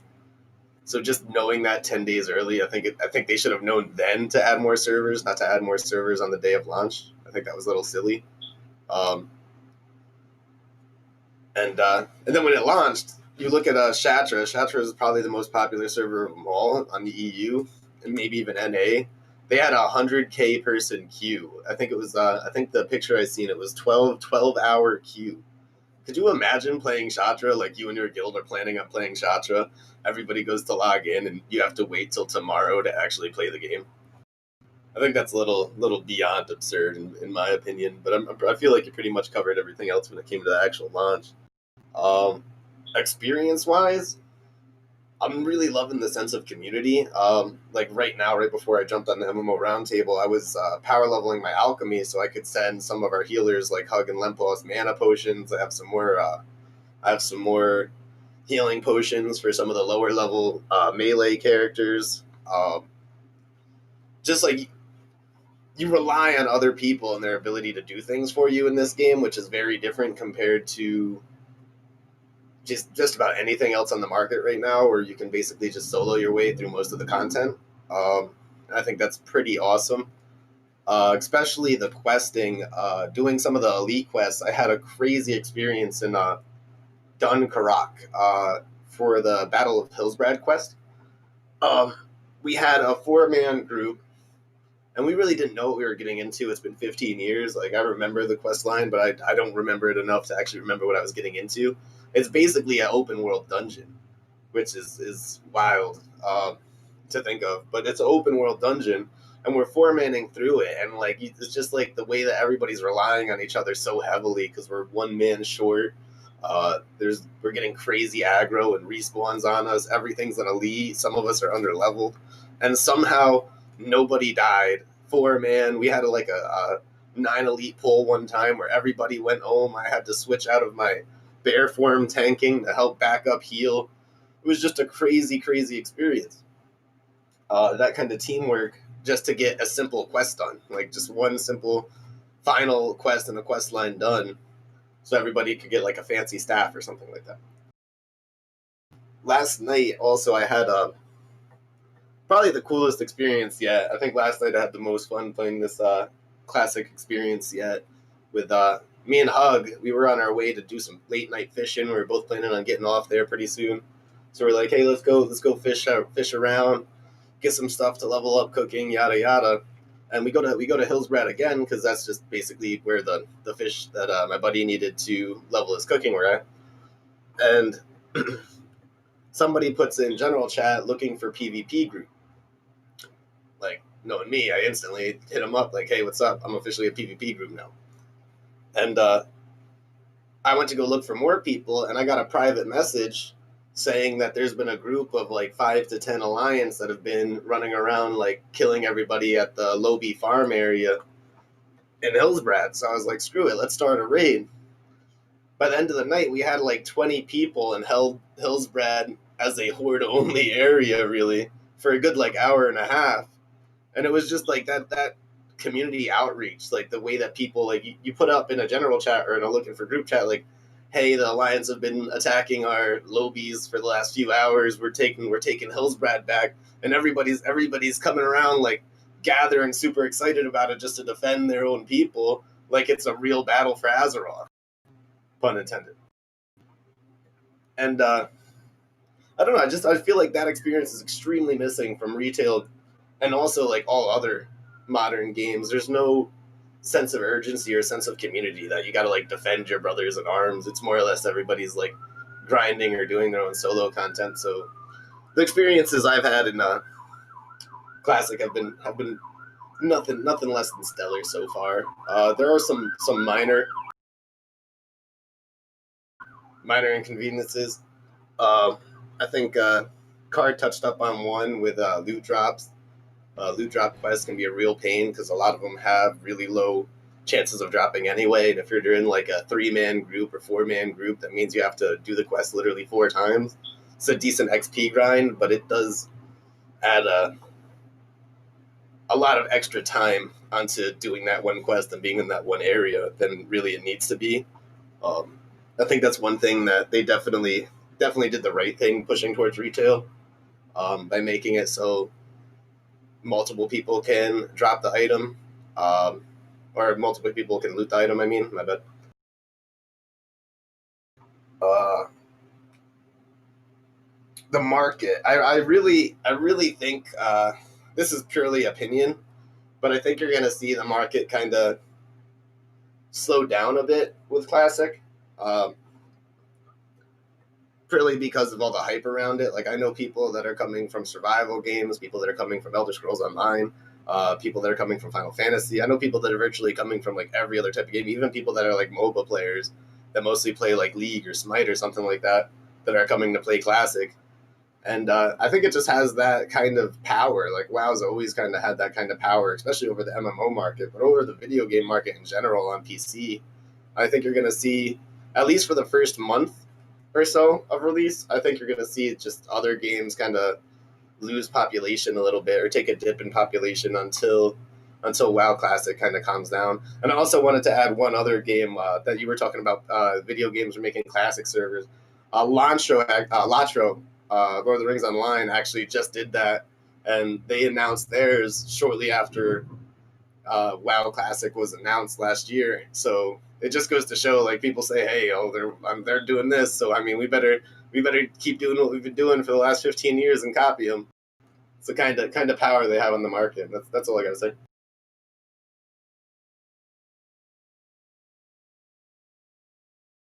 Oh, I guess I'm next. Yeah, I was going to talk about was just meaning to go to Hillsbrand and do a little fishing with Ginger. We've been traveling the world fishing at different places. And really, it really hit the fan when we found out that the Lions was killing the Lobies. So we, banded together and fought for hours. I meant to go to sleep at 1, ended up going to sleep at 5 a.m. just fighting there. Yeah, the world is really feeling lived in. I mean, the NPCs not so much, but like just the players and interacting is a definite change from retail. I played retail for like a month just to get ready for Classic, and yeah, it's night and day difference. The thing is, I think it feels like a lot of the people working on current retail, I feel like a lot of them are kind of frustrated because it's kind of like the community saying, hey, you've been kind of steering the ship in the wrong direction for the last 15 years, and we would like you to, go back to your roots, work on this community features, making the world feel like a world, making it feel like, you're a part of this faction and more serious about it. I don't know. That's all I said. I was gonna tell about the Hillsbrand story, but Ginger kind of stole my thunder. On this whole like community telling regarding to life, I really wonder at this point, like, give it 2-3 months. I would really love it if Blizzard would be open and honest about it and just say, like, okay, this is how many people are actively playing BFA and this is how many people are actively playing Classic at this point. Because I also still throw my nose into BFA because that's just something you can play on the side and you don't need to pay attention to it because it's fucking easy. But a lot of the chat that I'm seeing in BFA is really slamming Classic. And a lot of people are like, yeah, a lot of people are going to, poke their nose in and realize it's very much a grind and a lot of the things, yada, yada, yada, and they're going to go back to current WoW. And even outside of World of Warcraft itself, I'm hearing this from other sources as well. So I am really curious in a couple of months to see where the numbers actually are.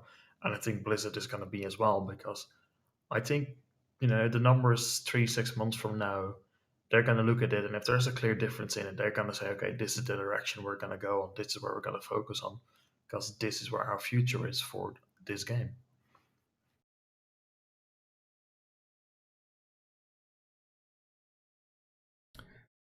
The question that I kind of wanted to present to you guys now is, like, I don't know, I was thinking about from the perspective of the developers, and I wanted to build it a little bit first, and then I'll ask the question. But let's say you're a WoW developer, you worked on BFA, everyone's like, yo, your game shit, this shit sucks, like, go back to the old shit. And you're just like, man, I didn't even work on the old game, this kind of sucks. Guess not, yeah, I'll just keep at it. And then WoW Classic comes out. How do you, as a Blizzard employee, now look at it and be like, how do I even take this? Is this something that I'm going to transition towards? Am I going to make content for this? Is this a place where I'm just going to like be working maintenance on? I feel like even the workers themselves don't know what to expect with Classic WoW, which is like crazy to think about. Like Blizzard, I'm with Card, man. I just want Blizzard to be upfront. Like, what do we need to expect at the moment? What are the numbers? What's your plan?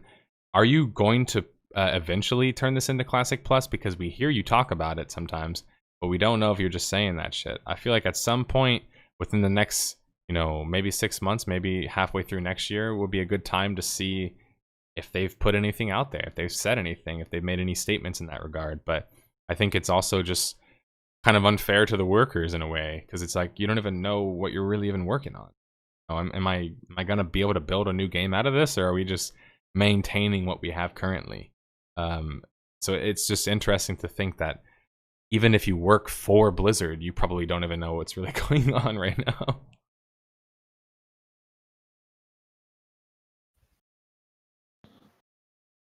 So, a little commentary on that. I have a couple friends who work both in indie development and those who have wanted to work for Blizzard.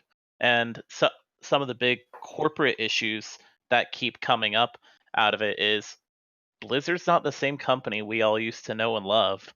Ever since Activision took them over, it's you are a cog in the machine. Even as a regular developer, who the hell cares about you? The only people that really get to have their opinions about the difference between BFA and Classic is mostly just the team leads. It doesn't come down to if they like Classic more, what developers think they should develop, because it's going to go off of what the executives want, what the shareholders believe in. My biggest worry with that in Classic is they definitely want to keep up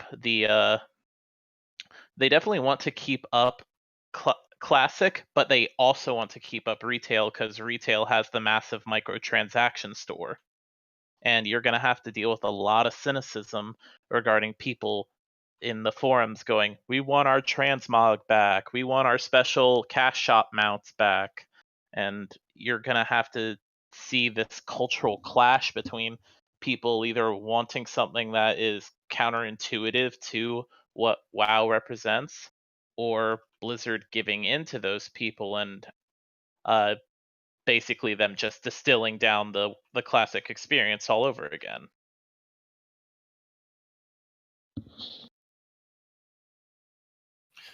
So in regards to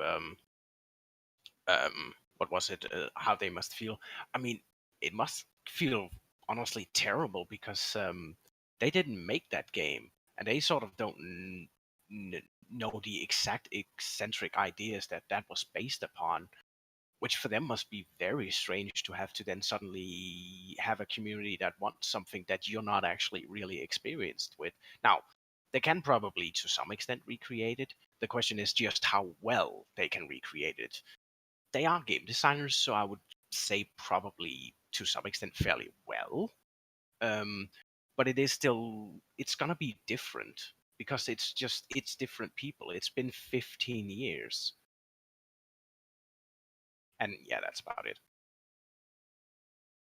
Oh, it certainly has been a long time, and the team sizes back then compared to now, of course. Yeah, I think there's gonna be a lot of people that never worked on Classic. However, I do wonder if it's really gonna be like, oh, it's gonna be Classic or nothing. I think it's if they're gonna play it small and they're gonna look at it and they're gonna realize, like, Classic as a audience is gonna be much, much stronger than their current BFA audience. Then instead of saying like, oh, we're gonna focus everything on Classic now, why not, look at whatever next expansion you're making and be like, okay, what can we do with this expansion to bring back the elements from Classic that people are really looking after? And I think that's where the real money is going to be made, if they play their cards well. Because, like, we mentioned that, and then NerdSlayer said as well, like, he has got a whole list of issues that he has with Classic. But there are also a whole lot of good things that are about Classic. And I think the best lessons that they can do right now is grab, see what's working in Classic, see what people are enjoying about Classic, take that from Classic and put that into, current life WoW. Bring it into the main game. Because, yes, that game has their microtransactions and all of those things. And like it or not, people have sort of just, accepted it and dealt with that. But if they can get their transmog and they get the amazing feeling of, actually hard world quests and leveling being a challenge, for example, things that have a certain meaning again, the things that we seem to be enjoying in our classic experience, and have that as well, it's like we can have the cake, we can eat it, and then we can go and get another cake and we can eat it as well. It would bring really the best of both worlds together, and I think one way or the other, that has to be the final goal for Blizzard here. Because if that's not their goal to take what's best of both worlds and combine it into their live version of World of Warcraft, I honestly don't know what the fuck they would be doing right now. Because it doesn't matter if you're a developer or if you're an accountant. On this one, they should both be pretty much on the same line, because it is both for a good game and it's going to be good for your bottom line. I feel like Card pretty much hit almost everything I was gonna say. I just wanted to add a couple things to it. I feel like there's a big stigma, especially in the older folks in the MMO community, when it comes to retail, and it's like people almost want it to fail. And I think that's just a terrible perspective to have. Like, sure, you may not like retail, but I feel like the day retail fails will be a really bad day for the MMO market in general, because it's one of the few games that have been really keeping the market alive in general, with other games copying it or taking things from it to make new games. Um, but yeah, at the end of the day, it really comes down with Activision. It really comes down to what does better. Is it going to be classic or is it going to be retail? And I really hope if it ends up being classic, maybe they realize those community aspects of classic are important to MMO development, and they somehow make BFA feel more like a living, breathing world, or whatever the next expansion will be. I had one more thing, but I forgot. I'll skip. I mean, yeah, it's going to have to be the next expansion. Like, BFA is going to be BFA, and it would be very foolish actually to change BFA, because BFA has a really bad reputation. You want to bring the good stuff in the next expansion because you can put a new name on it, and new names matter a lot. Yeah, I wonder, like, to go back to in chat, to open it up to the floor now. People have been talking about TBC, and that always gets brought up, of course, because people ask the, I think, a pretty valid question. Well, then what about TBC? Where do you stop? Do you do that as well, and then you stop? I think the problem with the idea of doing a TBC server only, like, let's say let's say we can just predict what they're gonna do. Right now, they have a classic WoW server. What if they were gonna do a TBC server? Would they A, get rid of the classic server and create a TBC server? B, create a TBC server as well as their classic server? Or C, maybe create a TBC server and then maybe potentially have a classic progression server? Whatever your opinion is or answer is, I'm going to wager that they're not going to think it's the first one. They're not going to just, oh, TBC server? Okay, let's just close Classic WoW, and then we'll open up a TBC server. So, meaning you're going to have two different versions currently, or running concurrently in a way, right? And so then you ask the question of, well, if I'm going to build a progression experience from one of these games, meaning that it actually will start to progress as an actual MMO on its own right, or in its own right, rather, how do you then choose which one to go with? That's what I find to be the hardest question, because if it's a question of, well, how many or which servers do you keep running? You can keep them both running. You can have a classic server and a TBC server, but which one do you choose if you want to do progression? That's where, to me, it gets dicey. Easy.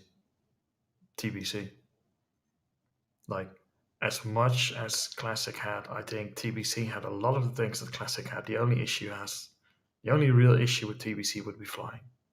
But I think beyond that, in my personal opinion, TBC was a better game than Classic. Because it took a lot of the things that was good, but it also just looked at some things that were like, you know what, it's a bit much. Like, as much as people want their 40-man raids, I think that's one of the things people will, even in Classic, will realize. They're going to struggle with that one. And that's going to be something that may actually throw a few wrenches in there. But I think TBC is a much better jumping off point. But yeah, personal opinions, of course, as always. I guess the argument then becomes, where do you stop? That's kind of where I have the hard time with it. Is like, I would agree. First off, in my little bit of WoW experience, the best experience I had in terms of overall polish, I thought, was TBC, and I think a lot of people feel the same way, because it was essentially classic WoW except actually balanced. At least a lot better than classic WoW was balanced, I should say, which is kind of okay depending on your opinion of it and how the game's structured. But in terms of fragmenting the community, I don't know if I really buy that, because you're telling me that you wouldn't piss more people off by just saying, hey, I'm not going to have a classic server period now, and we're going to create a new progression server and completely get rid of the classic server. I think you would piss off way more people doing that than you would by having a classic server have its small bit of population, and then the majority of players are going to go to the progression experience. I'm willing to bet everything on that, because that's just how it goes. You want to play the game that's going to have a future, not the one that's just going to maintain. And that's the nice thing, is like maintaining a classic server as classic as it is. The only cost that Blizzard is going to have is a couple of people on GM duties and running the server. So cost-wise, it's like it doesn't even register on the papers. As far as going for the progression, like, I think the key thing is, if you're going to say, like, yeah, we're going to progress, do you want to really take what you had made? Because there's like a lot of things that you made were just, on looking back, were not really enjoyed. So are you going to say, like, yeah, we're just going to pull Rod of Lich King out and we're going to change a few tweaks here and there? Or are you going to say, you know what, let's really make something new here? And of course, the point there is, like, it's going to cost a heck of a lot more money to make completely something new. So I think if they would do progression, I fear they would just go like, we know at least what the Lich King is going to be relatively safe. We just don't introduce the looking for the group tool, because that was not really enjoyed. So let's keep that away, and a few other things. Once you go past what of the Lich King,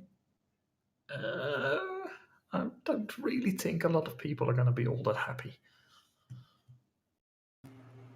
I would just like to say I'm definitely on the boat for TBC being probably the best era of WoW, for the same exact reasons NerdSlayer said. It finally had balance for both PvE and PvP. I mean, there's always unbalances or imbalances in MMO games, but TBC, I think, was the closest to true balance without making every class a cookie cutter like it is in retail right now.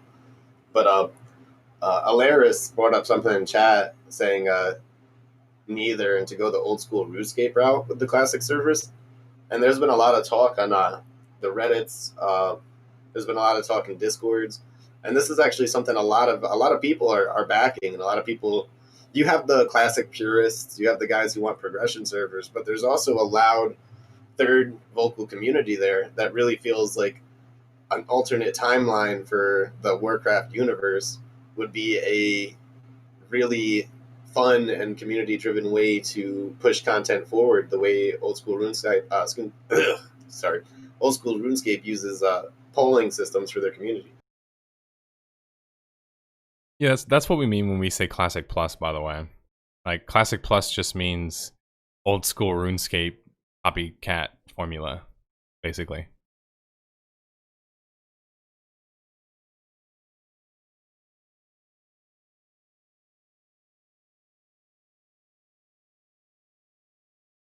I think Card oh, there he is.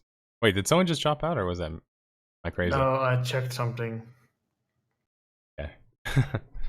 Well, I mean, I feel like obviously there's a lot of different ways to take this discussion, and I don't want to send it into another universe because we probably could talk about it for a while. What I do want to ask though is, when it comes to the Burning Crusade, the part that I still find the most interesting about it, in regards to this conversation of how to do a plus server, is how are you going to handle flying, and how are you going to handle them adding flying into the game, and the way that they handled it in that game. If you're going to handle it from a Classic Plus perspective, does flying only still apply to those zones, or maybe you also create that same rule of like, well, now flying is going to be available kind of everywhere. So I see it as like, if you start from Classic WoW, then you're asking the question of, can we do flying mounts?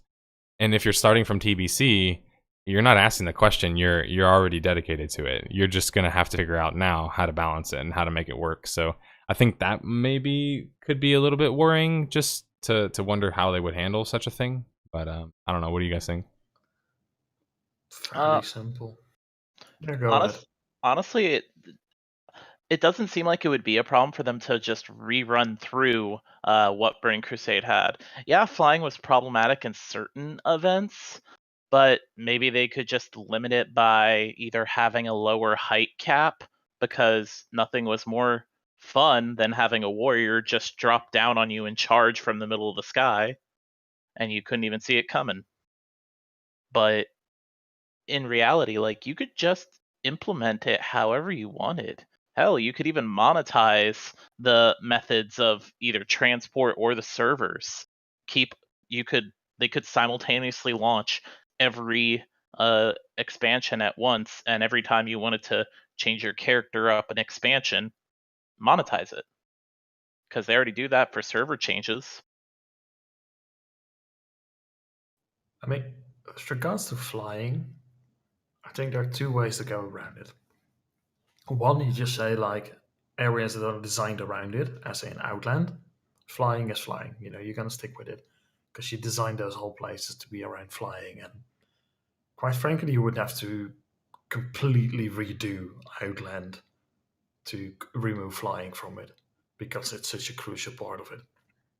The other option is, like I said, like lower the high cap, you know, and give people tools to demount you in the air from the ground on PvP servers. So if you think you can just fly over and look for some prey, and then suddenly there's a rogue that sees you, and he just launches a grapple hook at you and just pulls you from your mount in midair, and brings you down towards him. Like, it would remove falling. Like, there would be no falling damage in this case, because otherwise it would get, of course, mean to the extreme.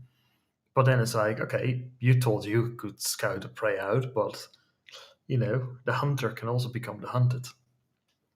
So there are gameplay elements to be considered with that regard.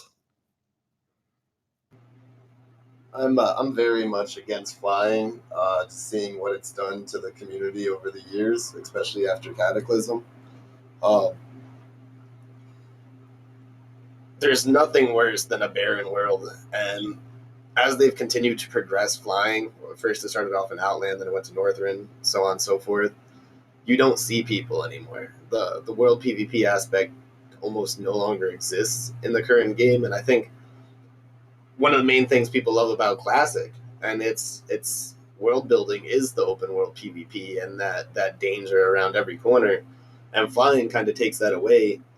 I think it would be better off just to make it so some of those higher areas you needed flying to reach in Outland, you just make maybe a mountain pass or a ground way to reach, rather than implementing flying all over again, because it's one of the crucial things that led to what world PvP is now, and that's something that really doesn't exist. In current retail, you can actually just fly straight to kings of cities and just zerg them down real fast and take res sickness home to get achievements, which is kind of silly. There's no immersion in that.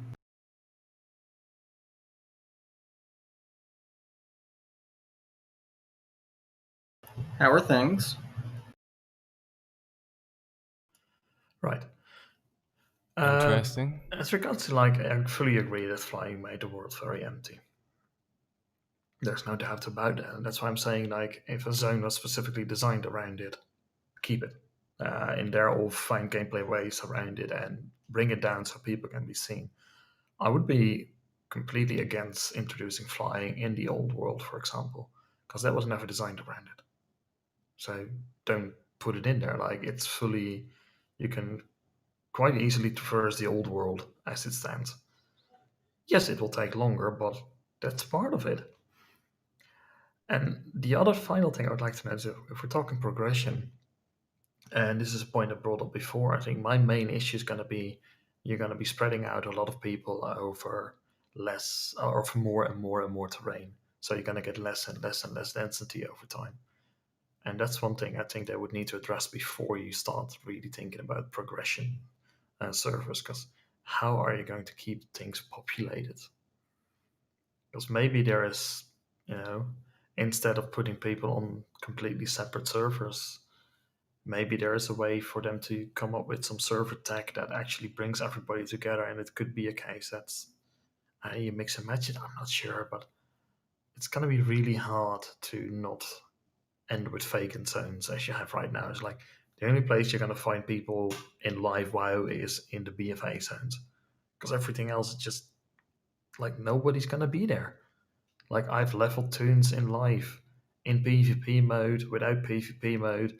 The first time you encounter people is maybe one or two in Legion zones, and then it's going to be BFA.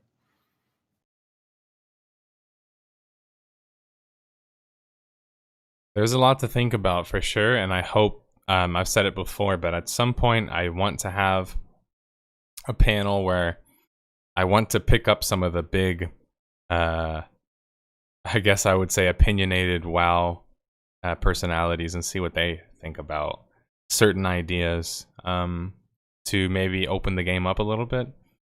Because I in my eyes, like, I see it as when people say, "Oh, keep classic, classic," what they really mean is we don't think that you can make a better game. That's really what they mean. We don't think you can make a better game. So just keep it the same.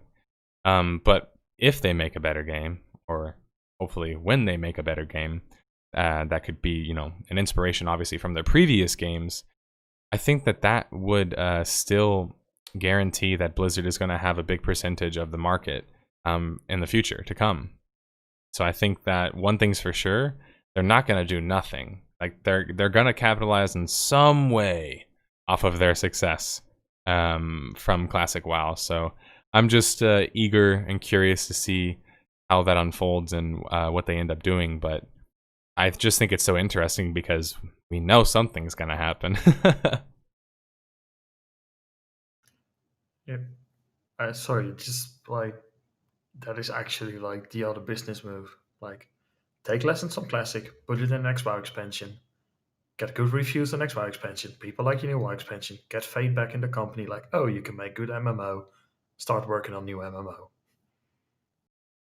Because if they would launch an MMO right now, I think a lot of people would be like very, very hesitant. Right. Because their reputation is shit. Yeah, that's a good point. And actually, I've brought that up, I think, as well, where I said they could do a classic server, even progression-wise, a classic plus, let's say, but then at that time, slowly use those resources that they gain from the success of that to fund a new game. I mean, that to me is what I would do as a company. If you told me I had my classic product, I relaunched it and it's doing really well, I'd say, okay, well, I want to do more of that. And then I want to somehow find out what to do next so I can transition both my current retail audience and my classic audience into my next game so I can make more money. That's how I would think about it, at least. But I don't have any other questions or any other lanes to go down, so I think I'll end this week's roundtable. I'd like to thank everybody today for stopping by. It was a shorter one. It was a little bit more laissez-faire, but hey, we have to react whenever games come out that are high profile like this. And you know what? I don't mind the idea of doing a little roundtable after the launch of different MMOs where maybe we just talk a little bit about our initial thoughts and then kind of revisit it at another time. I think that stuff is always enjoyable to do. So yeah, thanks for stopping by, everybody, today and joining me. I appreciate it. Take it easy, dude. Have a good one. See you later. All right. WoW Classic mobile game clearly is the path forward. Are you sure Blizzard isn't running a new Coke scheme? So that's actually what it's funny you say that, Huel, because like this is exactly the analogy I've made before when I've said it's not out of the question for an old product to come back and beat the ass of the current product because the current product essentially is cheaper but inferior. This happened with Coke. Coke has Coke and then Coke bottles. Coke bottles here in Austin are sold everywhere. Coke cans, you can only find them in certain places. That sounds strange to most Americans because it's the opposite. But it's that way here because we expect real sugar. We don't want the high fructose corn syrup thing. And that's kind of, weirdly enough, a good analogy for current WoW. Retail WoW is like the high fructose corn syrup. It was designed in a way to be cheaper and more efficient. And so it's like, it's good at that. It appeals to a broader audience for sure because it is cheaper, it's more affordable. But is it as enjoyable as that original Coke experience? No, that's debatable. So I do think that it's funny because you can draw a lot of similarities between that and that, you know, Coke learned that the hard way, essentially, that, hey, our old Coke is kind of doing well now with the new Coke, if you will. And the numbers are doing really well. They probably will push both retail and classic in their respective fashion. I enjoy both for different reasons. I feel a lot of people will switch. Switching between each depending on patch cycles. I don't see how you can make the argument that people would switch between the two. The games are so diametrically opposed. The only way I could see that is if you just really want to get the incentive and they like give you some sort of incentive to play the other game. Like there's been rumors that they might give you a level boost if you hit level 60 or something like that in BFA. I really don't think there's a lot of crossover, honestly. I think it goes one direction. Retail to classic, not the other way around. Because if I'm going to play another MMO, I'm not going to play retail. I'm going to play another game.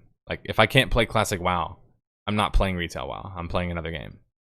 And I think a lot of people would feel probably very similar because the games themselves are not very similar. They're not. At the core of what they are, they're kind of really the opposites if you think about it. The focus of the story is completely different in both games. The character perspective from what you're playing from, right? The story perspective, totally different from both games. And also just the scale of the world feels way bigger in classic WoW than in the current game, even though the current game is bigger. That's the funny thing. When a patch cycle gets old in retail, switch to classic and vice versa. Okay, so that makes sense to me. But are they doing something in BFA to make you want to play classic besides you just have access to it because of your sub? Because I'm wondering if they will do that. Because it seems like I kind of agree with Binato in the sense that if they are going to want to funnel you one way, they're going to want to funnel you the other way. Because retail WoW makes more money. I don't see a whole lot of incentive for them to funnel their retail players into classic WoW, except if it's just like, hey, don't quit our game, please play classic WoW kind of thing. Which is a very effective business strategy that's been working and currently is working.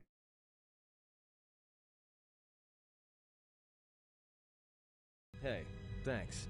But you've got the wrong guy. Right now, I'm just waiting for Hightail, who's interested in it. I'm interested in that. I think it's very interesting. That's incentive enough, to be honest. A free sub to classic for subbing to retail. Huh. I think I can agree with that. But I don't know if you're mishearing my argument, Card. But my argument is that I don't think it goes both ways. I think it goes one way primarily. I think retail players go try classic. I don't think classic players really go and try retail. I genuinely could not understand thematically, conceptually, I can't see a way that would follow. I guess it doesn't make sense for me, just because of the way that the games are so different. I guess. So sorry. I hope that makes sense. But yeah, I mean it one way, as in classic to retail, not retail to classic. Or sorry, yeah, not that way. You know what I mean? Classic players are more loyal than retail players. That might be true, especially because they're more like particular with what kind of game they want, right? Hey, thanks for the wow, this says Thanks. 5 tier 1 But you've subs. got Thanks the for the wrong 5 guy. tier 1 subs, I'm good at card. I'm gonna have to shooting do people, some cracking wise, Fedora and pretending tips. to know how to fight with my Lichbreed, hands. Fune, Ilarius, Fido, Montoya, the Fat Cat 009 all got some tier 1 thanks. subs. But you've So got the thanks for wrong the guy. support, card. I I'm good at appreciate it, shooting and also people, thanks for helping cracking out as wise, and usual. pretending to know how to fight with my hands. Here are the Fedora tips for each of you, the 5 of you. We're at 53 now, guys. Wow. I feel like such a shitty human being whenever we get to 53, and I started my stream late today. Thanks, guys. I'm just kidding. Thanks for the support, card, man. I appreciate it. Thanks. I think it's right now. It's a shootout between you and Rafnar about who buys the most subs for gifts. I think a lot of classic players are retail players, but time will tell at the moment. All is in flux. Oh, I think so as well, card.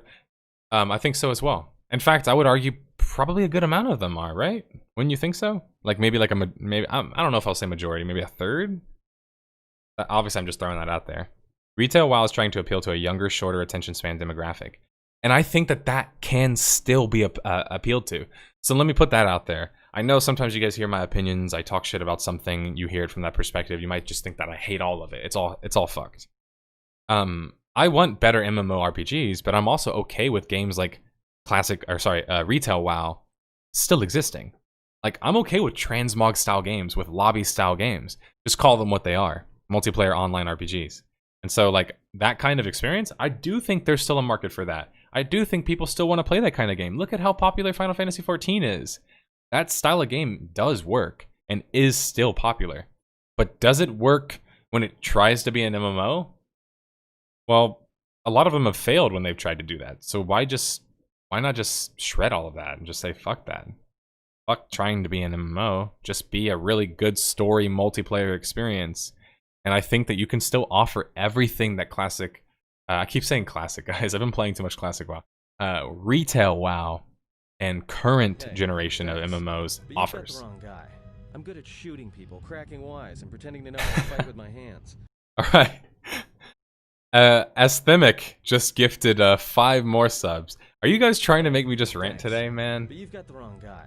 I I'm good feel at like shooting that's people, why cracking wise, and you pretending guys to are know how to working in fight with my concert. hands.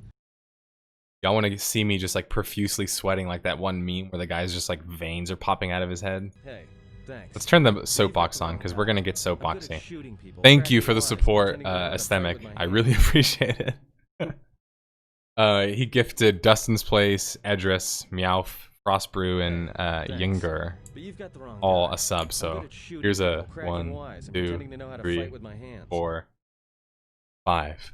So a tip for all of you guys. A tip for a tip, right? Hey, thanks. So I need to change my title I'm good because at shooting people, totally cracking wrong. wise, and pretending to We're know how now to fight at with my hands. 58 subs. That's the most I've ever had, guys. So congratulations, you brought a smile to a detective's face today. Thanks, Athemic. I pronounce your name for some reason like Mike Tyson. Athemic.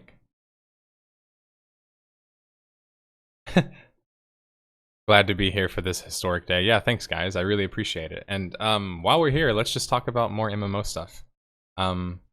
Really, now I can just open it up to the floor. So if you guys have any questions you'd like to ask me, think of this as the call-in segment. I've just got the soapbox title because I'm ready to get soapy. Ready to get ranty. Let's talk about some things. I think what's been most interesting to me so far about watching how the whole launch process has gone out is I think that what I love the most about MMOs on a core basis, of course, is the social elements. But a really cool aspect of MMOs I like as well is that you as a person are directly incentivized for having more knowledge. And I mean immediately you are incentivized. This is going to be a bit of a long analogy, but hear me out. So in the real world, are you incentivized in the same way to want to like dedicate yourself to something? Of course, except the big difference is time investment. In the real world, right, things take a lot of time to get good at. So if you want to get good at piano, you're talking years and years of playing and hours of lessons and learning on your own, right? It takes a lot of effort to learn on your own, period. Let alone have to go get lessons from a bunch of instructors, sorry. So it takes a long time to get good at piano. But when you're playing an MMO, which people always describe as a piano because of all of the abilities, I'm partly joking, but that is a real meme that I see people say a lot. Oh, it's too many abilities. It's like a piano. Anyway, when you're playing an MMO, you have a much shorter progression schedule. So like in this period of time, for a day's work in real life, how much closer are you to your ultimate goals? Probably like a little bit closer, right? Like maybe you work like a hard day, you're like, man, like I saved like $10 more today. Like, or at least if you're like me and you don't have a lot of money, you save like a little bit more money. You're like, oh, I saved this much more money. That saved this much more money. Your progress is so slow. In a MMO, though, even with slow progression, it's still much faster than it would be otherwise in real life. So it's like you can feel quite accomplished for playing MMOs, and that's why people kind of create their identities around MMOs. They're a social group, which people create their identities around social groups. For example, work, school, hobby groups, you name it. And now they're doing it in that, and then they're taking a lot of value out of it. But the coolest part is that now you can actually make a living out of it. You can make videos, you can make tutorials, you can stream, you can do all of these different things. So many different types of play within MMOs are supported, and content, period, is supported. So I think it's just cool that you can really focus not just on social elements in the games that I like, but the knowledge aspect, right? Learning, getting better at a skill, becoming more accomplished, becoming more competent. Of course, your character literally gains levels, so it's getting more skill, and it gets more ability, so it's literally gaining more skills. But you also, figuratively and literally are gaining skills. You're learning how to solve problems. You're learning how to work together, how to communicate, how to set goals, how to focus on things. And actually, it's ironic that I'm ranting about this now because a pretty big streamer recently, he's a Smash Brothers streamer, Smash Brothers Pro even, really good player. His name's Leffen. He talked about this recently, actually, and I saved both of the tweets. I'll put it on screen really quickly. So he said, his first tweet was, I don't expect the average person who didn't play WoW back in the day to ever really get how big classic WoW is. But just imagine if your favorite, most influential thing of your childhood, be it your favorite band, game, or sport, disappeared and it was impossible to revisit. Outside of Melee, WoW definitely helped me grow as a person more than any other game. Working with others and socializing with people with vastly different backgrounds is something WoW did better than any regular game ever could. And so that was just like a little bit of an example, but it's so true that you can get so much value out of an MMO experience just also as a person, like from a skills perspective. You can learn how the economy works. You can learn how social environments work, how social hierarchies work, how forming groups together works, how meeting friends works. These are very, very important lessons in life that just about everybody should know. And good MMORPG experiences are rife with experiences like that and instances like that.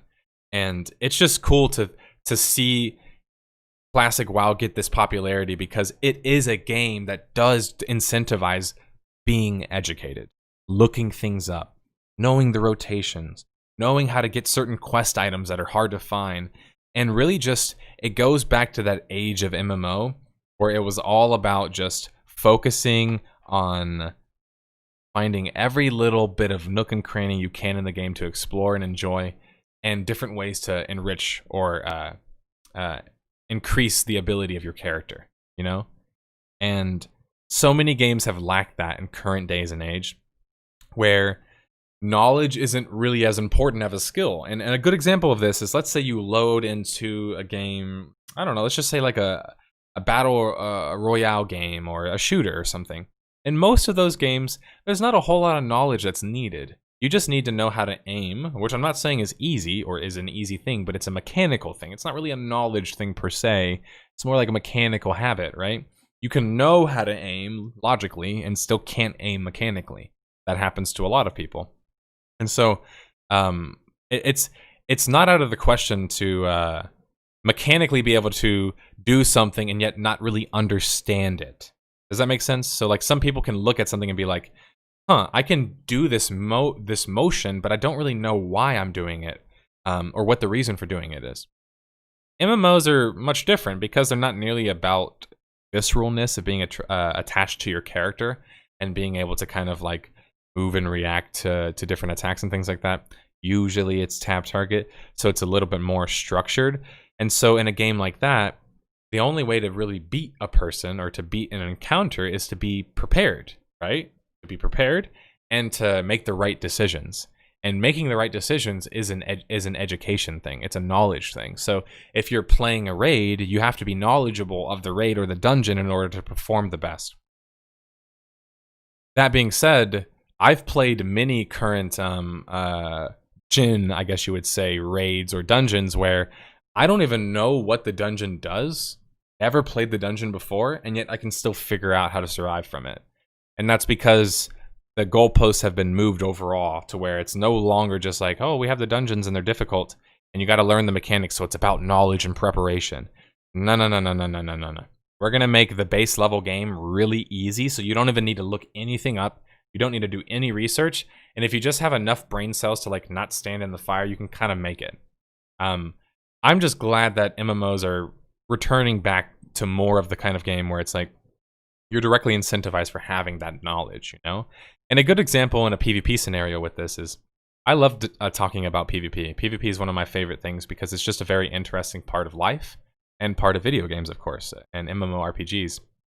With PvP, things that exist in PvE do exist in PvP, but they don't exist in the same way. And a good example of this is that you might ask, well, yeah, like for a raid, you prepare, and you prepare incessantly. You learn all of the rotations, so you have this knowledge, right?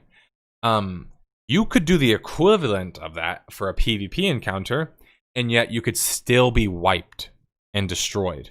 Why is that? Well, the simplest reason is the variables, right? A raid is a controlled variable, and on its own, the raid itself is a controlled variable. It's going to act that same way every single time. It's not going to change. That's the mechanics of it. The variables are you as the players. Are all of you going to stand in the fire? Are you going to move out of the way properly? Whatever else, right? In PvP, it's a little bit different, right? Because you can't predict how it's going to go necessarily. It's more about being ready for whatever possible solution happens. So there's a lot more kind of like preparation isn't nearly as effective as what I'm trying to say. You have to be kind of more in the moment, and it works that way in fighting in real life, by the way. As someone, as you guys know, as I've said many times, that trains martial arts, if you want to get good at a martial art, you kind of have to practice the hard way, which is like kind of not being good at it. And that's not really that fun for majority of people, which is why they don't end up doing it that much. PvP is kind of the same thing, right? It's not so enjoyable to practice and learn, and yet that's basically the only way to get good at it. And so where PvE and PvP differ is that when you PvE and you're repeating the same rotations and doing the same encounters to get better at them, it's all about predicting what's going to happen next. So it's sequential. PvP is not like that. It's a lot more free form. So you don't know how to learn from your mistakes, if that makes sense, inherently. You don't, because you don't know if you died because you stood in the fire in a PvP scenario as you do when you die in a raid. In a raid or a dungeon, I don't know about you guys, but having pulled a couple of dungeons since my time playing Classic WoW already, you know why you die, right? Sometimes in PvP, you don't necessarily know why you die. And I think that's another frustrating part of playing PvP for players is that they don't know why they're dying, and they're dying. And it doesn't matter how much in their perfect scenario of a brain, they're like, oh, but if I roll here and do the move here with like the spin around 360, maybe I can avoid this attack. And there's a lot of players who play like that or think like that. I've been around them where they play a PvP game, they're like, I'm going to react this way, and I'm going to react this way, I'm going to react this way. And the same thing happens in martial arts. You encounter people who are like, dude, if I got into a fight, bro, I hit him with the boom boom, with the bam, and it would go like that. And it's like, but what if he did this? And then all of a sudden that one thing that he could have changed would have unraveled everything that you said.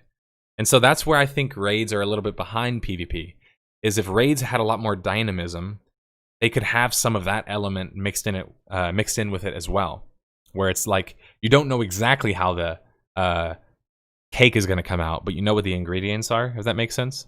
So the cake can come out differently every single time, in some ways, right? There's parity, but it still has the same ingredients, so you know what kind of raid you're getting into. I don't know. It's interesting to think about those differences between PvP and PvE and PvP players. You kind of understand why PvP has such a negative connotation. It's because in real life, martial arts and fighting has a negative connotation because it's you versus another person in sometimes a visceral interaction between you where you're just like, it's me versus you and I have to show that I'm better than you. And no amount of like, but I read 16 books and 18 guides and 60 billion essays. Why am I not beating you? Because I actually practiced. Like, I actually mechanically practiced versus just knowing the theory. So I guess I'm talking about that interesting dynamic between you want knowledge in your game, you want knowledge to be a big part of an MMO, as I've already said, because of all of the abilities, all of the class archetypes and the specs and things like that. That's what makes it fun, right? Bunch of different tools and different ways to solve puzzles, right? Maybe this class has a kit that works in this way, whereas this one is a little bit more offensive, so his kit works in this way, right? Exactly. So you kind of get how it works in that sense. But there's also the downside in that you can't make the game too mechanical because then it's a lot more like a non-MMO experience. For example, really good shooters that are hard to play, hard to pick up, and hard to master, they're not going to be nearly as appealing for the average player to want to experience, especially a player who wants to engage in social activities, role play, crafting, you name it. And so I get that conceptually. It's not very attractive for an MMO to have some super skill-intensive system, mechanical system. But I certainly think that there is room for both. You can have knowledge be a big part of your game. Excuse me, through things like specs and traits and builds and comps, team comps and things like that. Right? Those are ways you can outsmart people through preparation and through clever use of in-game abilities, right? Strategy. But then there's also that aspect that you want to be able to beat somebody with, which is maybe you're just really fast on the trigger. So you kick at the right time. You get that interrupt off. You get a proper CC off and interrupt a heal. You're more about you know the right timing for things. You can combine those together. It's just that you can't go too far into one direction because you inherently, I think, alienate the other kind of player. So a very mechanical player who gets off on playing a game that's like they feel attached to their character and they make the right moves and it's precision movement, they might not be the kind of player who wants to study and read a 10-page essay about how to play that class, right? That might not be that kind of player. They're like, I mean, I want to practice, I want to get good, but I don't want to have to read like an essay about how to get good. I just want to like do it. So that mechanical player gets that enjoyment and can still find enjoyment because his game is mechanically complicated enough. But if the game is too mechanically complicated, then the big brain player, if you will, for my analogy, is like, this is just too many inputs. I can't keep up with this. Like, maybe they're old, maybe they have some sort of disability, maybe that's just not their sort of game, maybe they're not a big reflex kind of player. And so if the game is too much in that sense, then you hurt the players who just can't react fast enough. And not reacting fast enough isn't the only thing you need to do in a situation. And my example of this is, let's bring it back to martial arts.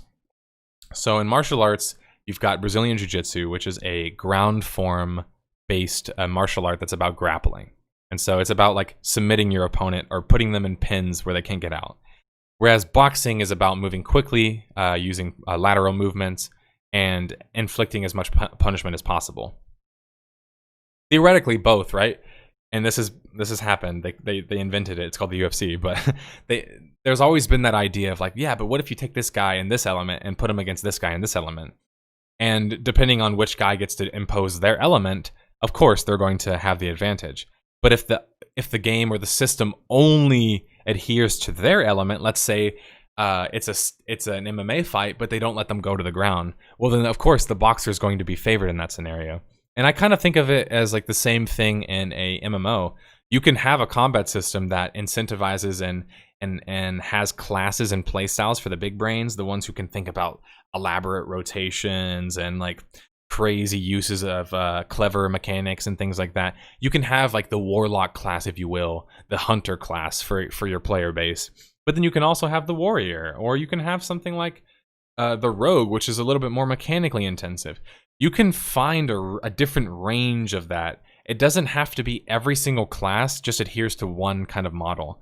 And I think that's where a lot of class design goes wrong in MMOs, is like they think of it as like all of our characters need to be fast and exciting and and like I think of Black Desert Online and games like that are very much like that, where it's like everyone's fast and like can dash and like wow, it's cool.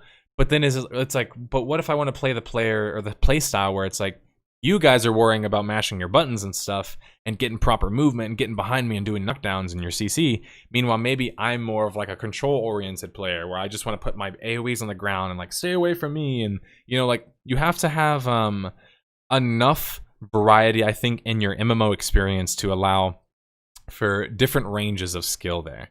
Because just like in society, combat doesn't just favor the people who are a blunt object, right? Combat can also favor the people who are really smart. And I think that that's one cool thing that MMOs do better than almost any game in my experience, besides maybe like RPGs. But I think they do better than RPGs, a mixture of the two. MMOs are so great in comparison. I'm not saying that they're without fault. Of course, I just highlighted they have faults. But they're really good. They're really good at allowing for you to use your brain, use your mind to outsmart your opponent, but also have some level of mechanical ability. Maybe you have to press the right ability at the right time. You got to press your hotkey. You got to press your heal.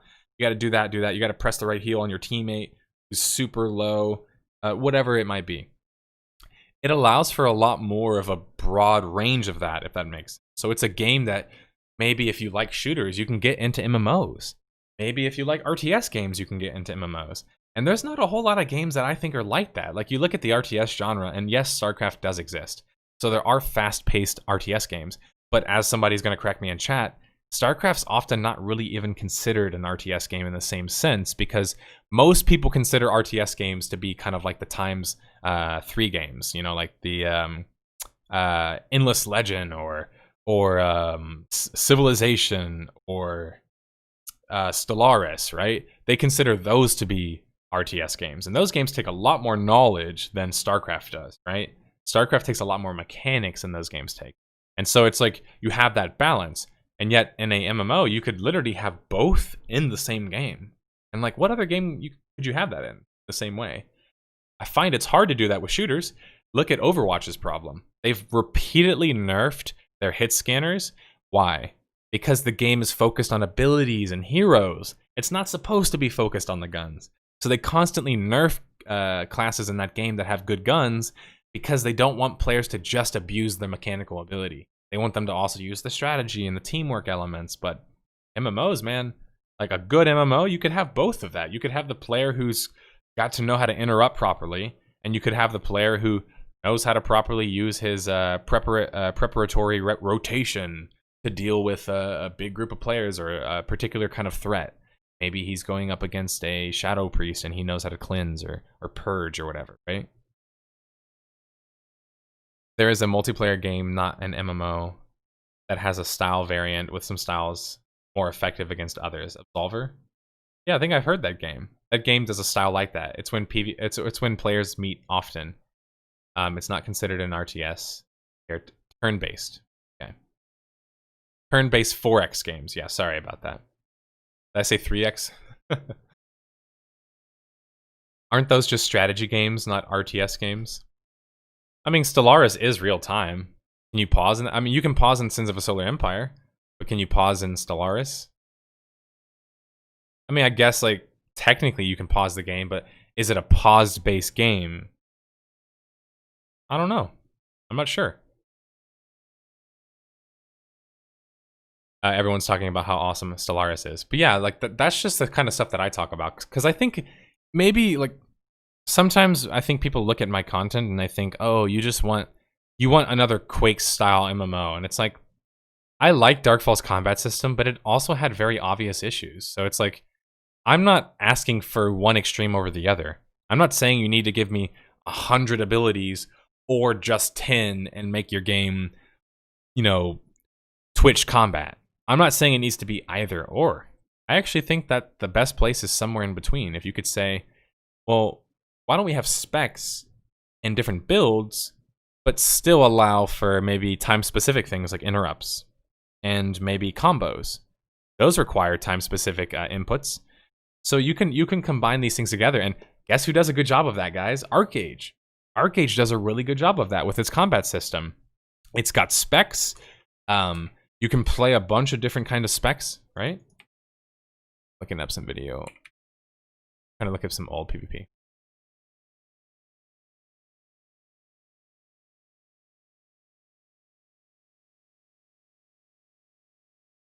Where you can, you know, maybe you pull off a combo on somebody because you properly... Oh, come on, they're just doing dungeons?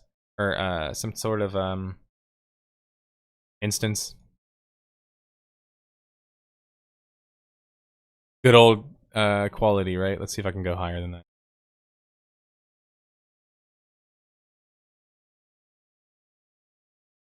So this is a tab target game, and yet when people watch this game, I'm going to wager many of them would not be able to tell immediately it's a tab target game. And that's because although there is tabs, and you see he did lock into his target, he does also have to aim a lot of his abilities. Look at how much movement there is in the game as well. There's so much movement in the game because, well, he backpedaled a lot there, which slowed him down tremendously. He keeps backpedaling, which is slowing his momentum, which is a bit funny to me. But anyway, I can notice things about his movement because of the fluidity of the movement, right? So this is a game that took, you know, what I talked about. It took a system where you can combine 3 different classes together and have, you know, these different specs, which opens up the variety and the sheer amount of classes and archetypes you could play in the game. But they didn't just stop there and then just make the game really easy to play. They were like, no, let's make a fun, exciting combat system as well. Maybe one that even has combos to it. And that's what ArcheAge did as well. They added a combat system which is about movement. You can get behind your target. You can LOS your targets in this game. There's combos where you can hit somebody as they're falling down, spike them into the air. There's abilities you can lock people in like a little ball of water and they float up in the air. Like the CC in this game is just, it's very impactful, and it's really fun to get off because it actually works. It actually does something. But yeah, I guess the examples I was thinking about, maybe that's why I like ArcheAge's combat system so much. I feel like it does a good job of that. Like this combat still looks plenty fast. He's playing pretty fast as a player because of his given spec. But you can see there's other players here, like this guy over here, standing still for the majority of it because he's playing some kind of caster. There's a different play style for every kind of player. If you want something slower, play something slower. If you want something faster, you can play something faster. And yet they can still be sort of balanced against each other, even though they have different roles or do different tasks.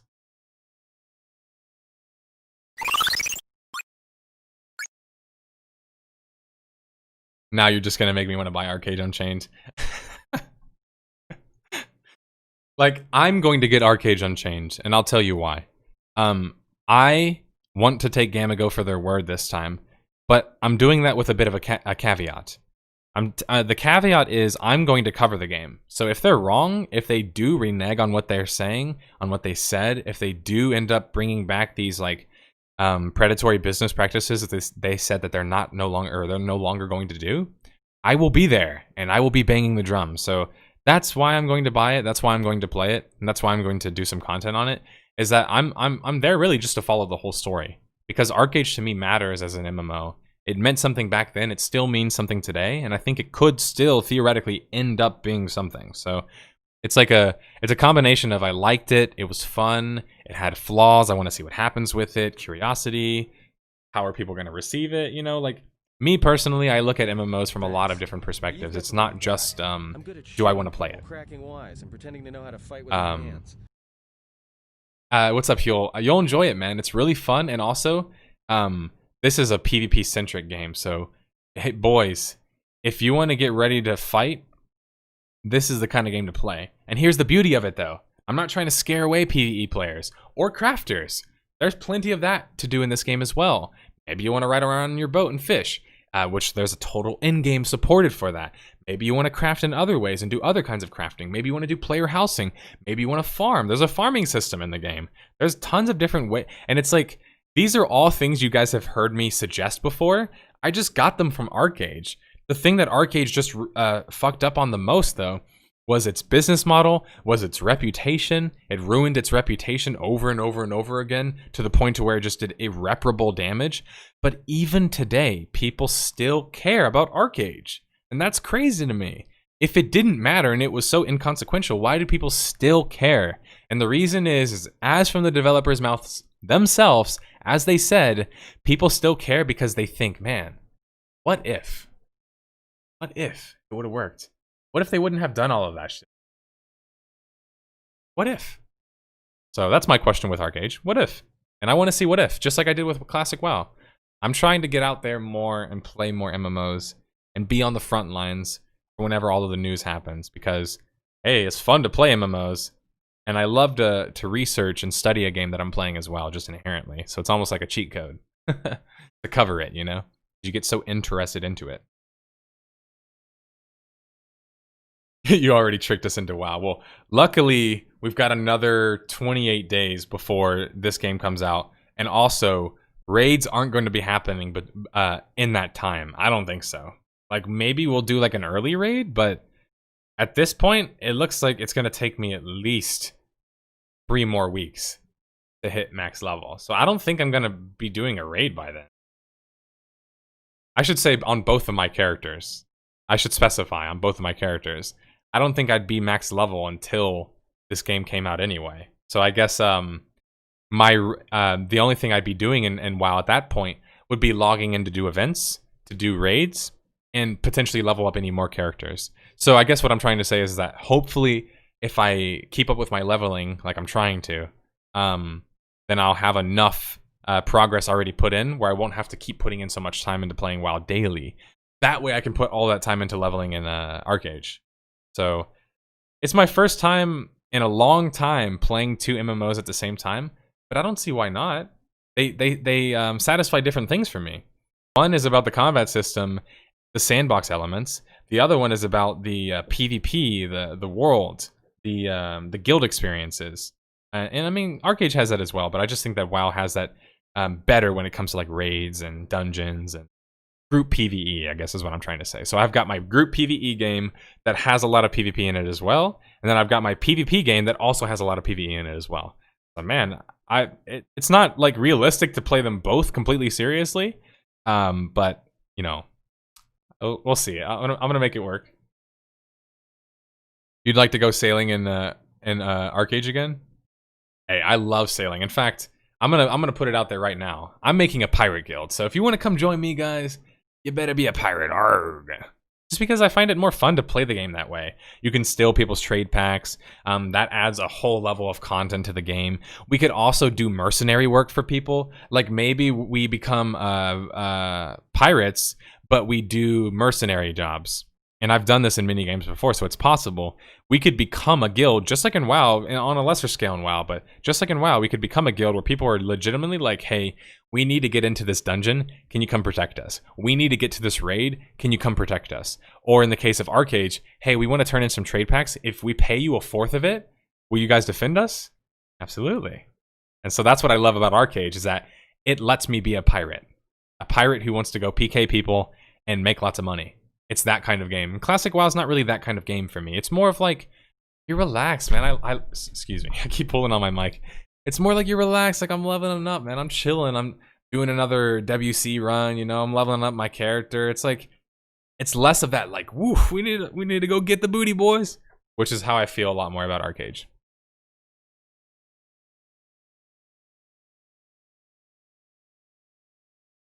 I mean, you can't technically become a pirate, but you kind of can be a pirate. I think your point about strategy elements in MMOs is great. An MMO with a long-term strategic layer would be excellent. And I think so as well. Like, why not just go macro? And what I mean by that is that, and I've mentioned this before, so sorry if you've heard this. I know Limpos has, because I talked to him about it. I think Card as well, when we rant about Mountain Blade, because all of us find Mountain Blade fascinating. Even if we don't play it like daily, we all find it fascinating in our Discord. And I think it's hard not to find the game so fascinating. It has so many fascinating elements to me. It's like a tabletop game, and yet it lets you play like fucking Dynasty Warriors. It's like, what? It's such a weird amalgamation, and yet I think MMOs have a lot to learn from that. They could take a macro map, and make an MMO out of that. And so you could have a lot of strategy elements, and they've tried to do this before in games. Of Kings of Men tried it. They failed epically when they tried. But to have a world map where you can actually engage in these little battles, kind of like in Mountain Blade, but in an MMO perspective. So you're still playing an MMO, you still load into the game, you have the action combat, and yet you still got the macro board. You got the map, you know? And you have to make strategic decisions, right? Isn't that pretty cool? The new pirate system that every week there can only become 10 pirates. Wait, so you can become only 10 people, pirate up to 50 people. Then you're in a queue until somebody leaves the pirate nation or is not playing for a week and then gets kicked. Well, damn, that's gonna suck for people who don't get in immediately.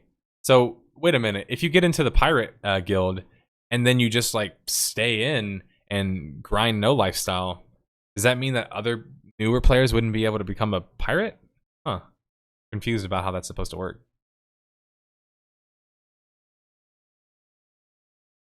Still cartoony? What's cartoony? WoW? WoW is very cartoony.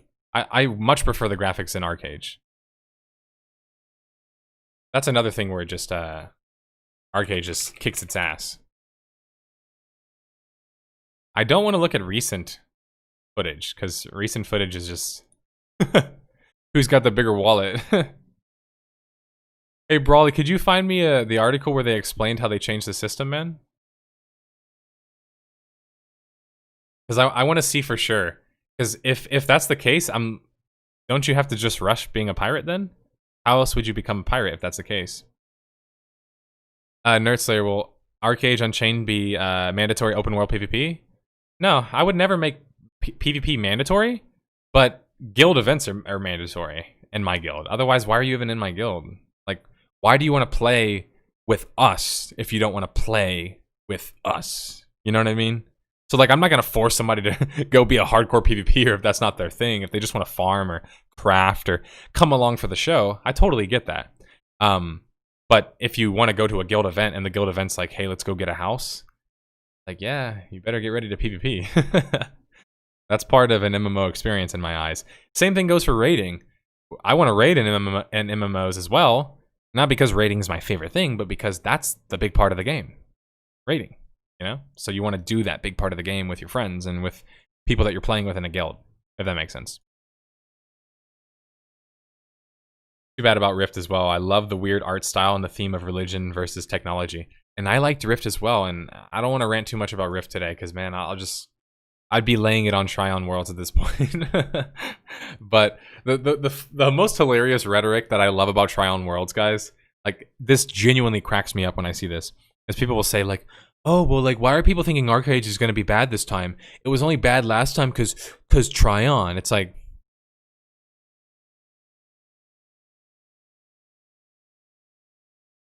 it wasn't bad because of Tryon. But then what about Rift? If Tryon was the only reason why ArcheAge was bad, then why did they fuck up Rift?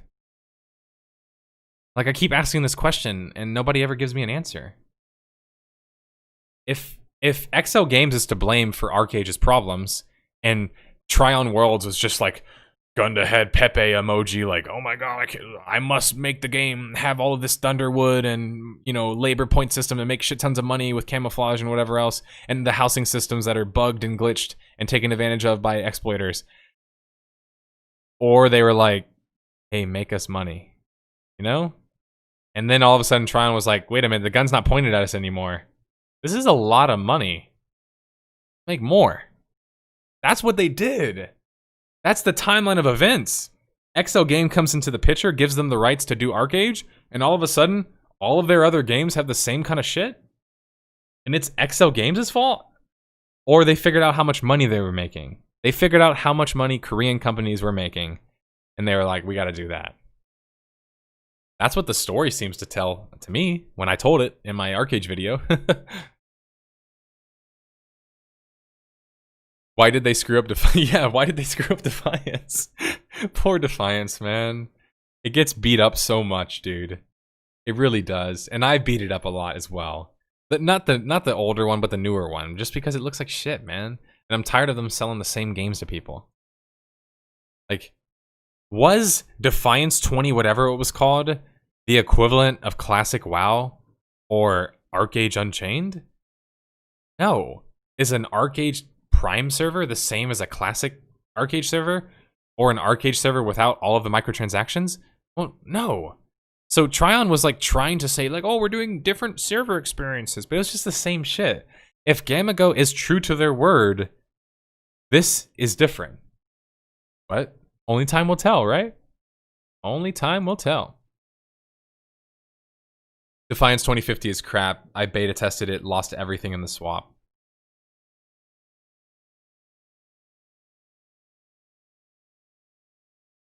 Sweet. Thanks for the link, Brawley.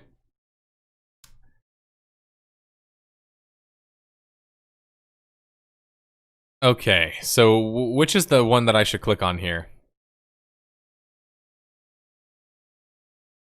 Just the latest one?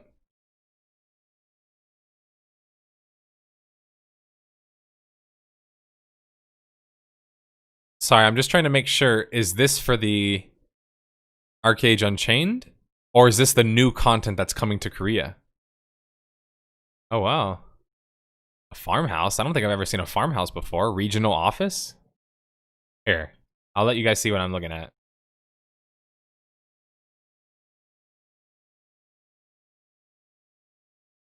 You can't find the one with pirates anymore because it's older?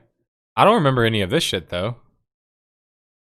Warehouses and processing factories. Regional offices. Like, this is all interesting to me and has me excited.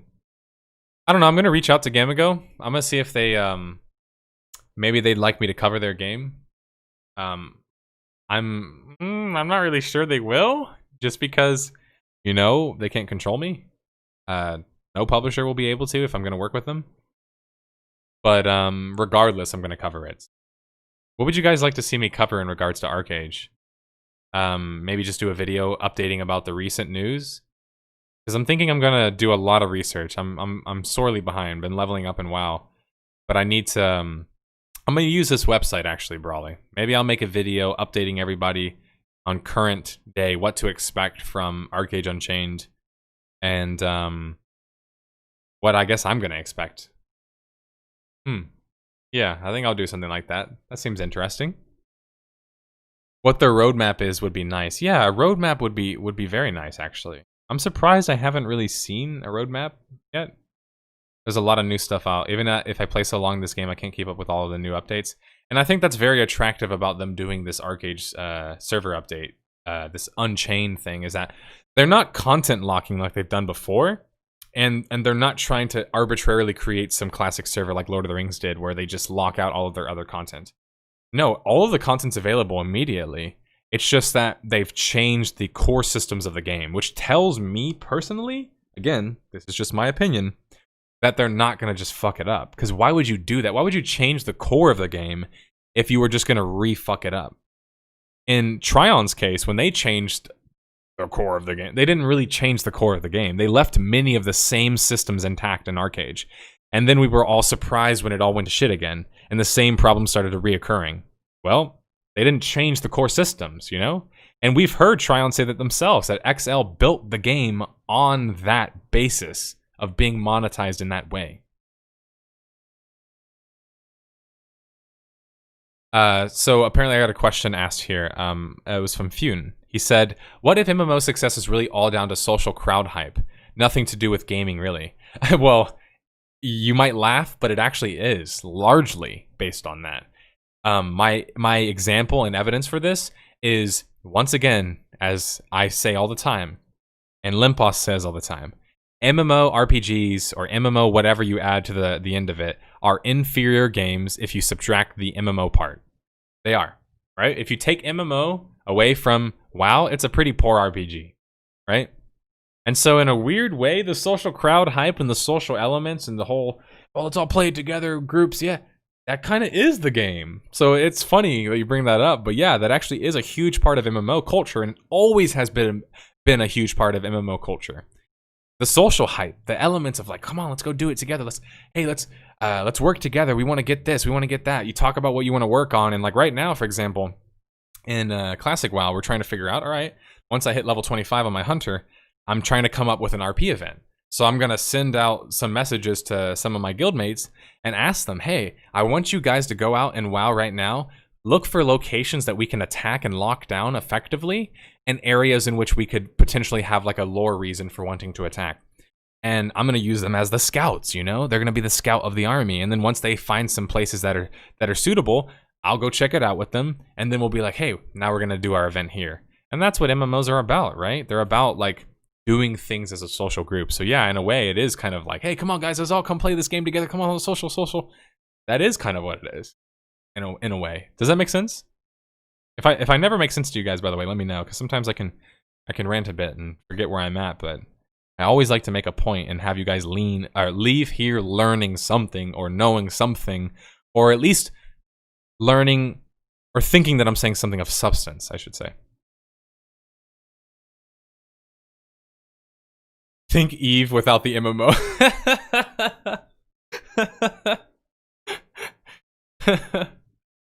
Oh, man.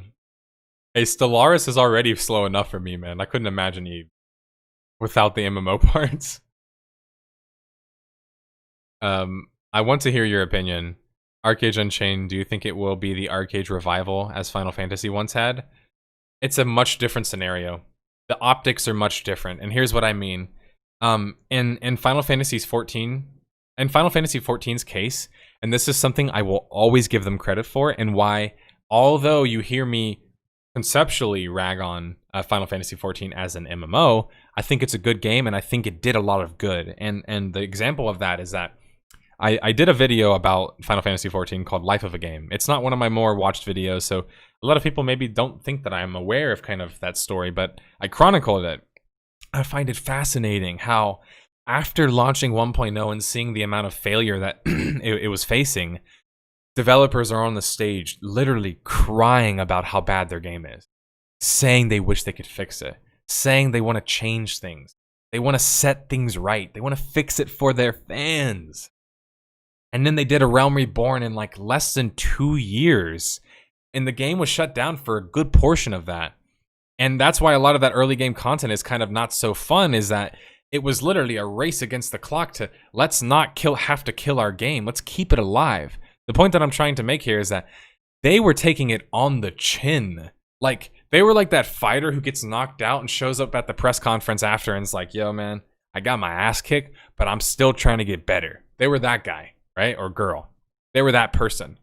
And they got a lot of credit for that. They got a lot of support for that. People came out and played Final Fantasy 2.0, The Realm Reborn, more than they played the first game. Because it was more accessible, but also it just had all this interesting story to go with it, and narrative. Where that's different than ArcheAge for me, is that ArcheAge has had its name, and well, if you will, figuratively, poisoned, metaphorically, over and over and over and over again, with business strategies and the microtransactions and new updates that ruin certain things, and glitching and people exploiting to get housing in the game. Things like that is what people remember when they think of ArcheAge at the grand scale. And ArcheAge Unchained could be the time for them to start to slowly right that wrong, because you're not going to right it overnight. You're not. That's not what Final Fantasy 14 did. They didn't just throw up a Realm Reborn and all of a sudden it was right. They consistently were trusted as a company by their player base, and they told them, we will not abandon this game. So I think if Gamago shows up with ArcheAge Unchained, does exactly what they say they're going to do, you're going to have a big revival, but it's never going to be like Final Fantasy 14. It's because of all of the other stuff that, like the optics, as I said, are just totally different. Time for the next Life of a Game episode on ArcheAge. I mean, that's not a bad idea. I'll consider it. I don't know if I could get it out before the game came out. Maybe. If I can finish this next Death of a Game on Shadowrun, which is the next Death of a Game, guys. Shadowrun. Speaking of games that have really cool aspects and fun instances, and yet as a whole game doesn't really satisfy, More people played Shadowrun on the demo than they played the actual game. It's probably the case for a lot of MMOs as well, but that's probably because of the business models. You got a new Death of a Game topic, Anthem. Anthem is planned, and trust me, I've been saving Anthem for one of the big ad months. Hey, I'm a business guy too, and I'm trying to make a living out of this. I'm trying to save that for like December, November, where it's going to get really juicy ad revenue. Ad revenue in December, boys. Y'all don't have to do anything different. Just keep watching, supporting, and hopefully liking my videos. If you do like them, hopefully you do. If you don't, tell me why you don't in my feedback sections on my Discord or in a comment. I pretty much read them all. If you would bring this episode before the ArcheAge, imagine the views and the huge hype about it. That's a good point. Do tackle me on the Anthem one. I will, Card, and I want your help on that one. Like, I can't say this enough, guys, but sometimes I think people might get the wrong idea of me because they look at my produced videos and they think, man, he knows so much. But it's like, is it really just me knowing everything in my head, or is it I figured it out? It's more that I figured it out, right? I got the events that happened with this given game, lined them up on a timeline, and was like, okay, this happened here, and then this happened. So maybe this is connected. That's all I was doing. I don't just know everything, right? And so I think it's very important, like Card was mentioning, to go to people who have a lot more of a close experience playing a game. And sometimes you can't just trust your own opinion of a game. So I don't ever just make a Death of a Game and play the game myself and just be like, okay, that's my opinion. There you go, my video. No. That's not how good criticism works, or analysis. That's just one opinion. I'm just one opinion, even if I'm a big opinion, even if a lot of people care about my opinion. I'm still just one opinion. Now, that's where it gets a little bit dicey. Because technically I'm one opinion, but I impact a lot more people than just one person. And that's where it gets a little bit complicated when it comes to influence. Is like, I can't just say something that's blatantly wrong that could be misrepresented or taken in some other way, which is why I try not to offer so much of my personal perspective in my videos and try and keep it more about the events and what the events mean.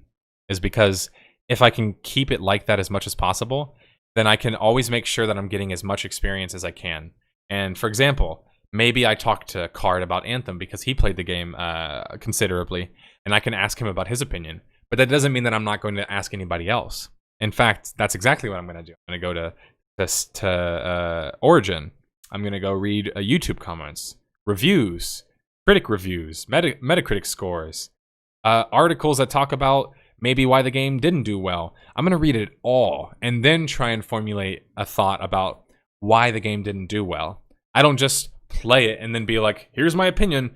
I don't really like it. I think that's why so much YouTube criticism sucks, honestly, is that people are too reliant on relying on only their opinion for a video. Not saying that that's not cool and that can't be entertaining. Just call them a first impressions video, right? But you're not doing analysis if you're only looking at your own perspective for something. That's not really analysis. I'm just telling you subjective opinions, basically. But that's what I really try and stress with the Death of a Game series is when I tell you a perspective, I'm not just telling you my perspective. I'm telling you a general perspective that a lot of people are repeating over and over again. So it's a pattern that I've recognized and realized, well, people keep saying this is an issue, so clearly it's an issue. Otherwise, they wouldn't just keep saying it's an issue, right? So anyway, like, I like to always throw that caveat in there. But that's a good idea. Doing an ArcheAge video before they launch, that would be a good idea. Off-topic question: do you think BioWare is doomed if Dragon Age 4 fails? You know, there's a lot of people's jobs on the line, and I also care a lot about that company, even if not a lot of the same guys are there. Just from nostalgia and also just wishing the best for it. From an artistic perspective, it's not looking good for BioWare, man. It hasn't been looking good for them for a while. Doing this Anthem video is not going to make me very happy. It's probably going to be kind of sad, honestly. Because I love BioWare, or loved BioWare, and it's definitely going to be sad to cover them in Anthem. And I hope I don't have to cover them on my series as a company, but trust me, if they die, they're one of the first companies I would cover immediately, just because they mean that much to the market, you know? Or at least they did. That's what makes you great. You see yourself as a small pixel on a bigger picture. Huh. I like the way you put that. You use the podcast name. Only thing I want to know is what is the change from 32-bit to 64-bit client? Is the graphics better or what? So somebody who's technically savvy in chat will explain this much better than I can. Maybe someone like Card, but for my technical guys in chat, if you guys could answer that. In the meantime, I'll try and answer it in my non-super tech savvy way, which is essentially it has to do with the application, how the applications ran, and I think that could impact crashing and maybe boot speed or like loading up like boot issues and things of that nature. But I don't really think it's going to affect the graphical fidelity, right? Yeah. Okay. Someone's saying performance, being able to use more than just 3.5 gigs of RAM. A 64-bit allows for more CPU processing power potentially, but not often used. And then Floridan says it accesses more of your RAM. As window advances, 64 will handle better. Okay, so it seems like it's largely a positive thing that they've upgraded their client to 64 then. Curious about that as well. One thing's for sure, we should get this out of the way before I end my podcast today. If Gamigo does not nail that launch, boy, they're in a lot of trouble already. Because people are going to be way more fickle. Because they've already trusted them before. Like, not Gamigo, but they've trusted ArcheAge before. I think about that, and that does worry me a little bit as well. Is like, I hope those guys are not going to pull another Blizzard, basically. I don't think they have the resources to pull a Blizzard, first off. But second off, they've already shown that it's just not the way to do it. You can't keep creating servers and then shutting them down. Like, it's not good for your player base. Running 32-bit these days is insane. There's no point for it. 64-bit means that you can truly use what your PC can use. It can actually, but it all depends on the implementation, of course. Well, thanks for answering that, everybody in chat. I appreciate that. That's why I like having you guys here. Besides, like, you're the whole purpose I'm here. But having you guys here is what makes the conversation a conversation, you know? Instead of, like, just me talking at a camera, which I find that some streamers will do that. And if that's your thing, that's your thing. Maybe you have a huge audience. You can't really engage with your chat. I get that. But, like, I'm an MMO player. Obviously, I want to engage with my audience. So I like Twitch for that reason. And before people ask, I chose Twitch over YouTube just because I don't want to put all my eggs in the same basket of YouTube when they already have kind of fucked me over on some things already. Like, I'm just saying, I don't think I'm going to have those same problems on Twitch. It doesn't seem like I would, considering my content's not very controversial in that sense. But on YouTube it is, because it has death in the name, or, you know, people write angry comments on my videos. Yes, I don't know. You think they will pull another Blizzard? Needing technical knowledge at midnight. Next time I will make an ally tune and hunt you down. No. With the excuse to not putting in mini servers and not merge them after weeks already when the big mass is leaving. You're probably right. But I'm going to ask them that personally. I'm going to reach out to Gamigo. I hope they get back to me. But I'd like to put some of my correspondence with them in the video that I want to do about it. You being on Twitch is also more interactive, and you reach a wider audience.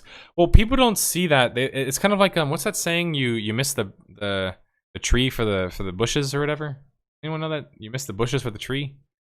It reminds me of that, where it's like people see it as, well, your audience is much bigger on YouTube, so why not just stream to them? Okay, you're right. If I stream to them, I probably would get more people to watch me. But is the stream audience overall bigger on YouTube? No.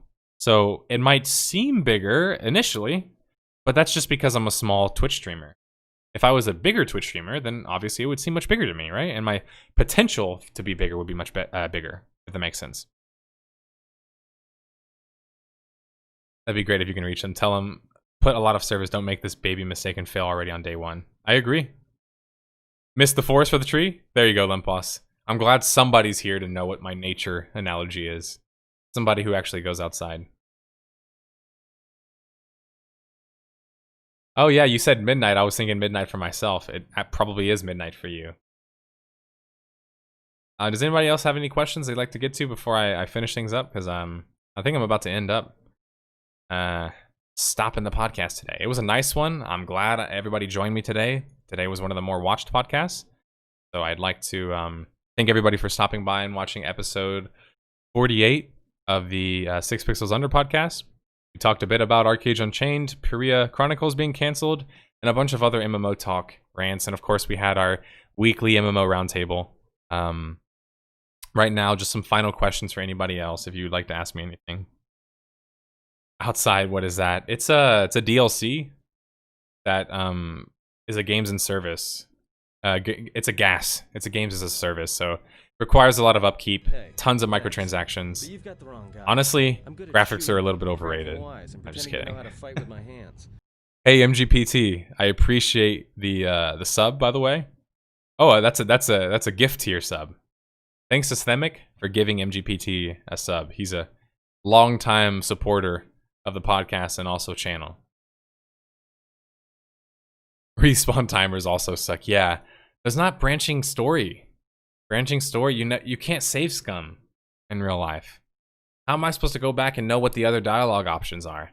Like, you ever go to the store and like somebody treats you like shit and you kind of want to like pause the game and then reload and be like, man, what did you just say to me, mister? And then just like start throwing bread at him or something. Like, whatever the equivalent of that in real life is, that's the equivalent of me doing that save scumming in a video game. Is where you like, you pause it, you save scum, and then you're like, you load back in, you're like, screw you, mister, and you like fight the guy and then you reload the save. I've always thought about that in the real world, like, how would I play this scenario differently? And you think like, what would happen if you did this one thing?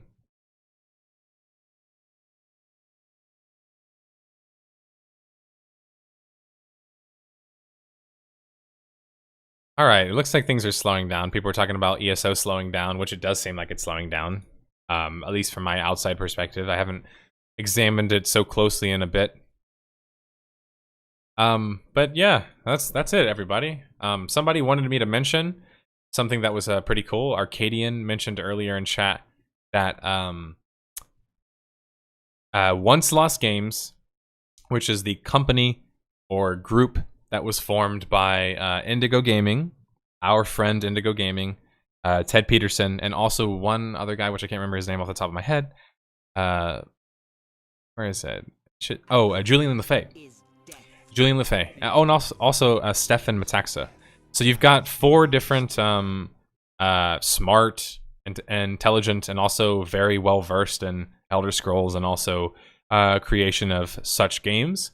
Of course, everybody remembers Ted Peterson as being one of the original designers of the game, and also the writer for all of the lore, quest, world building, and the books that were scattered throughout the game, which I read religiously.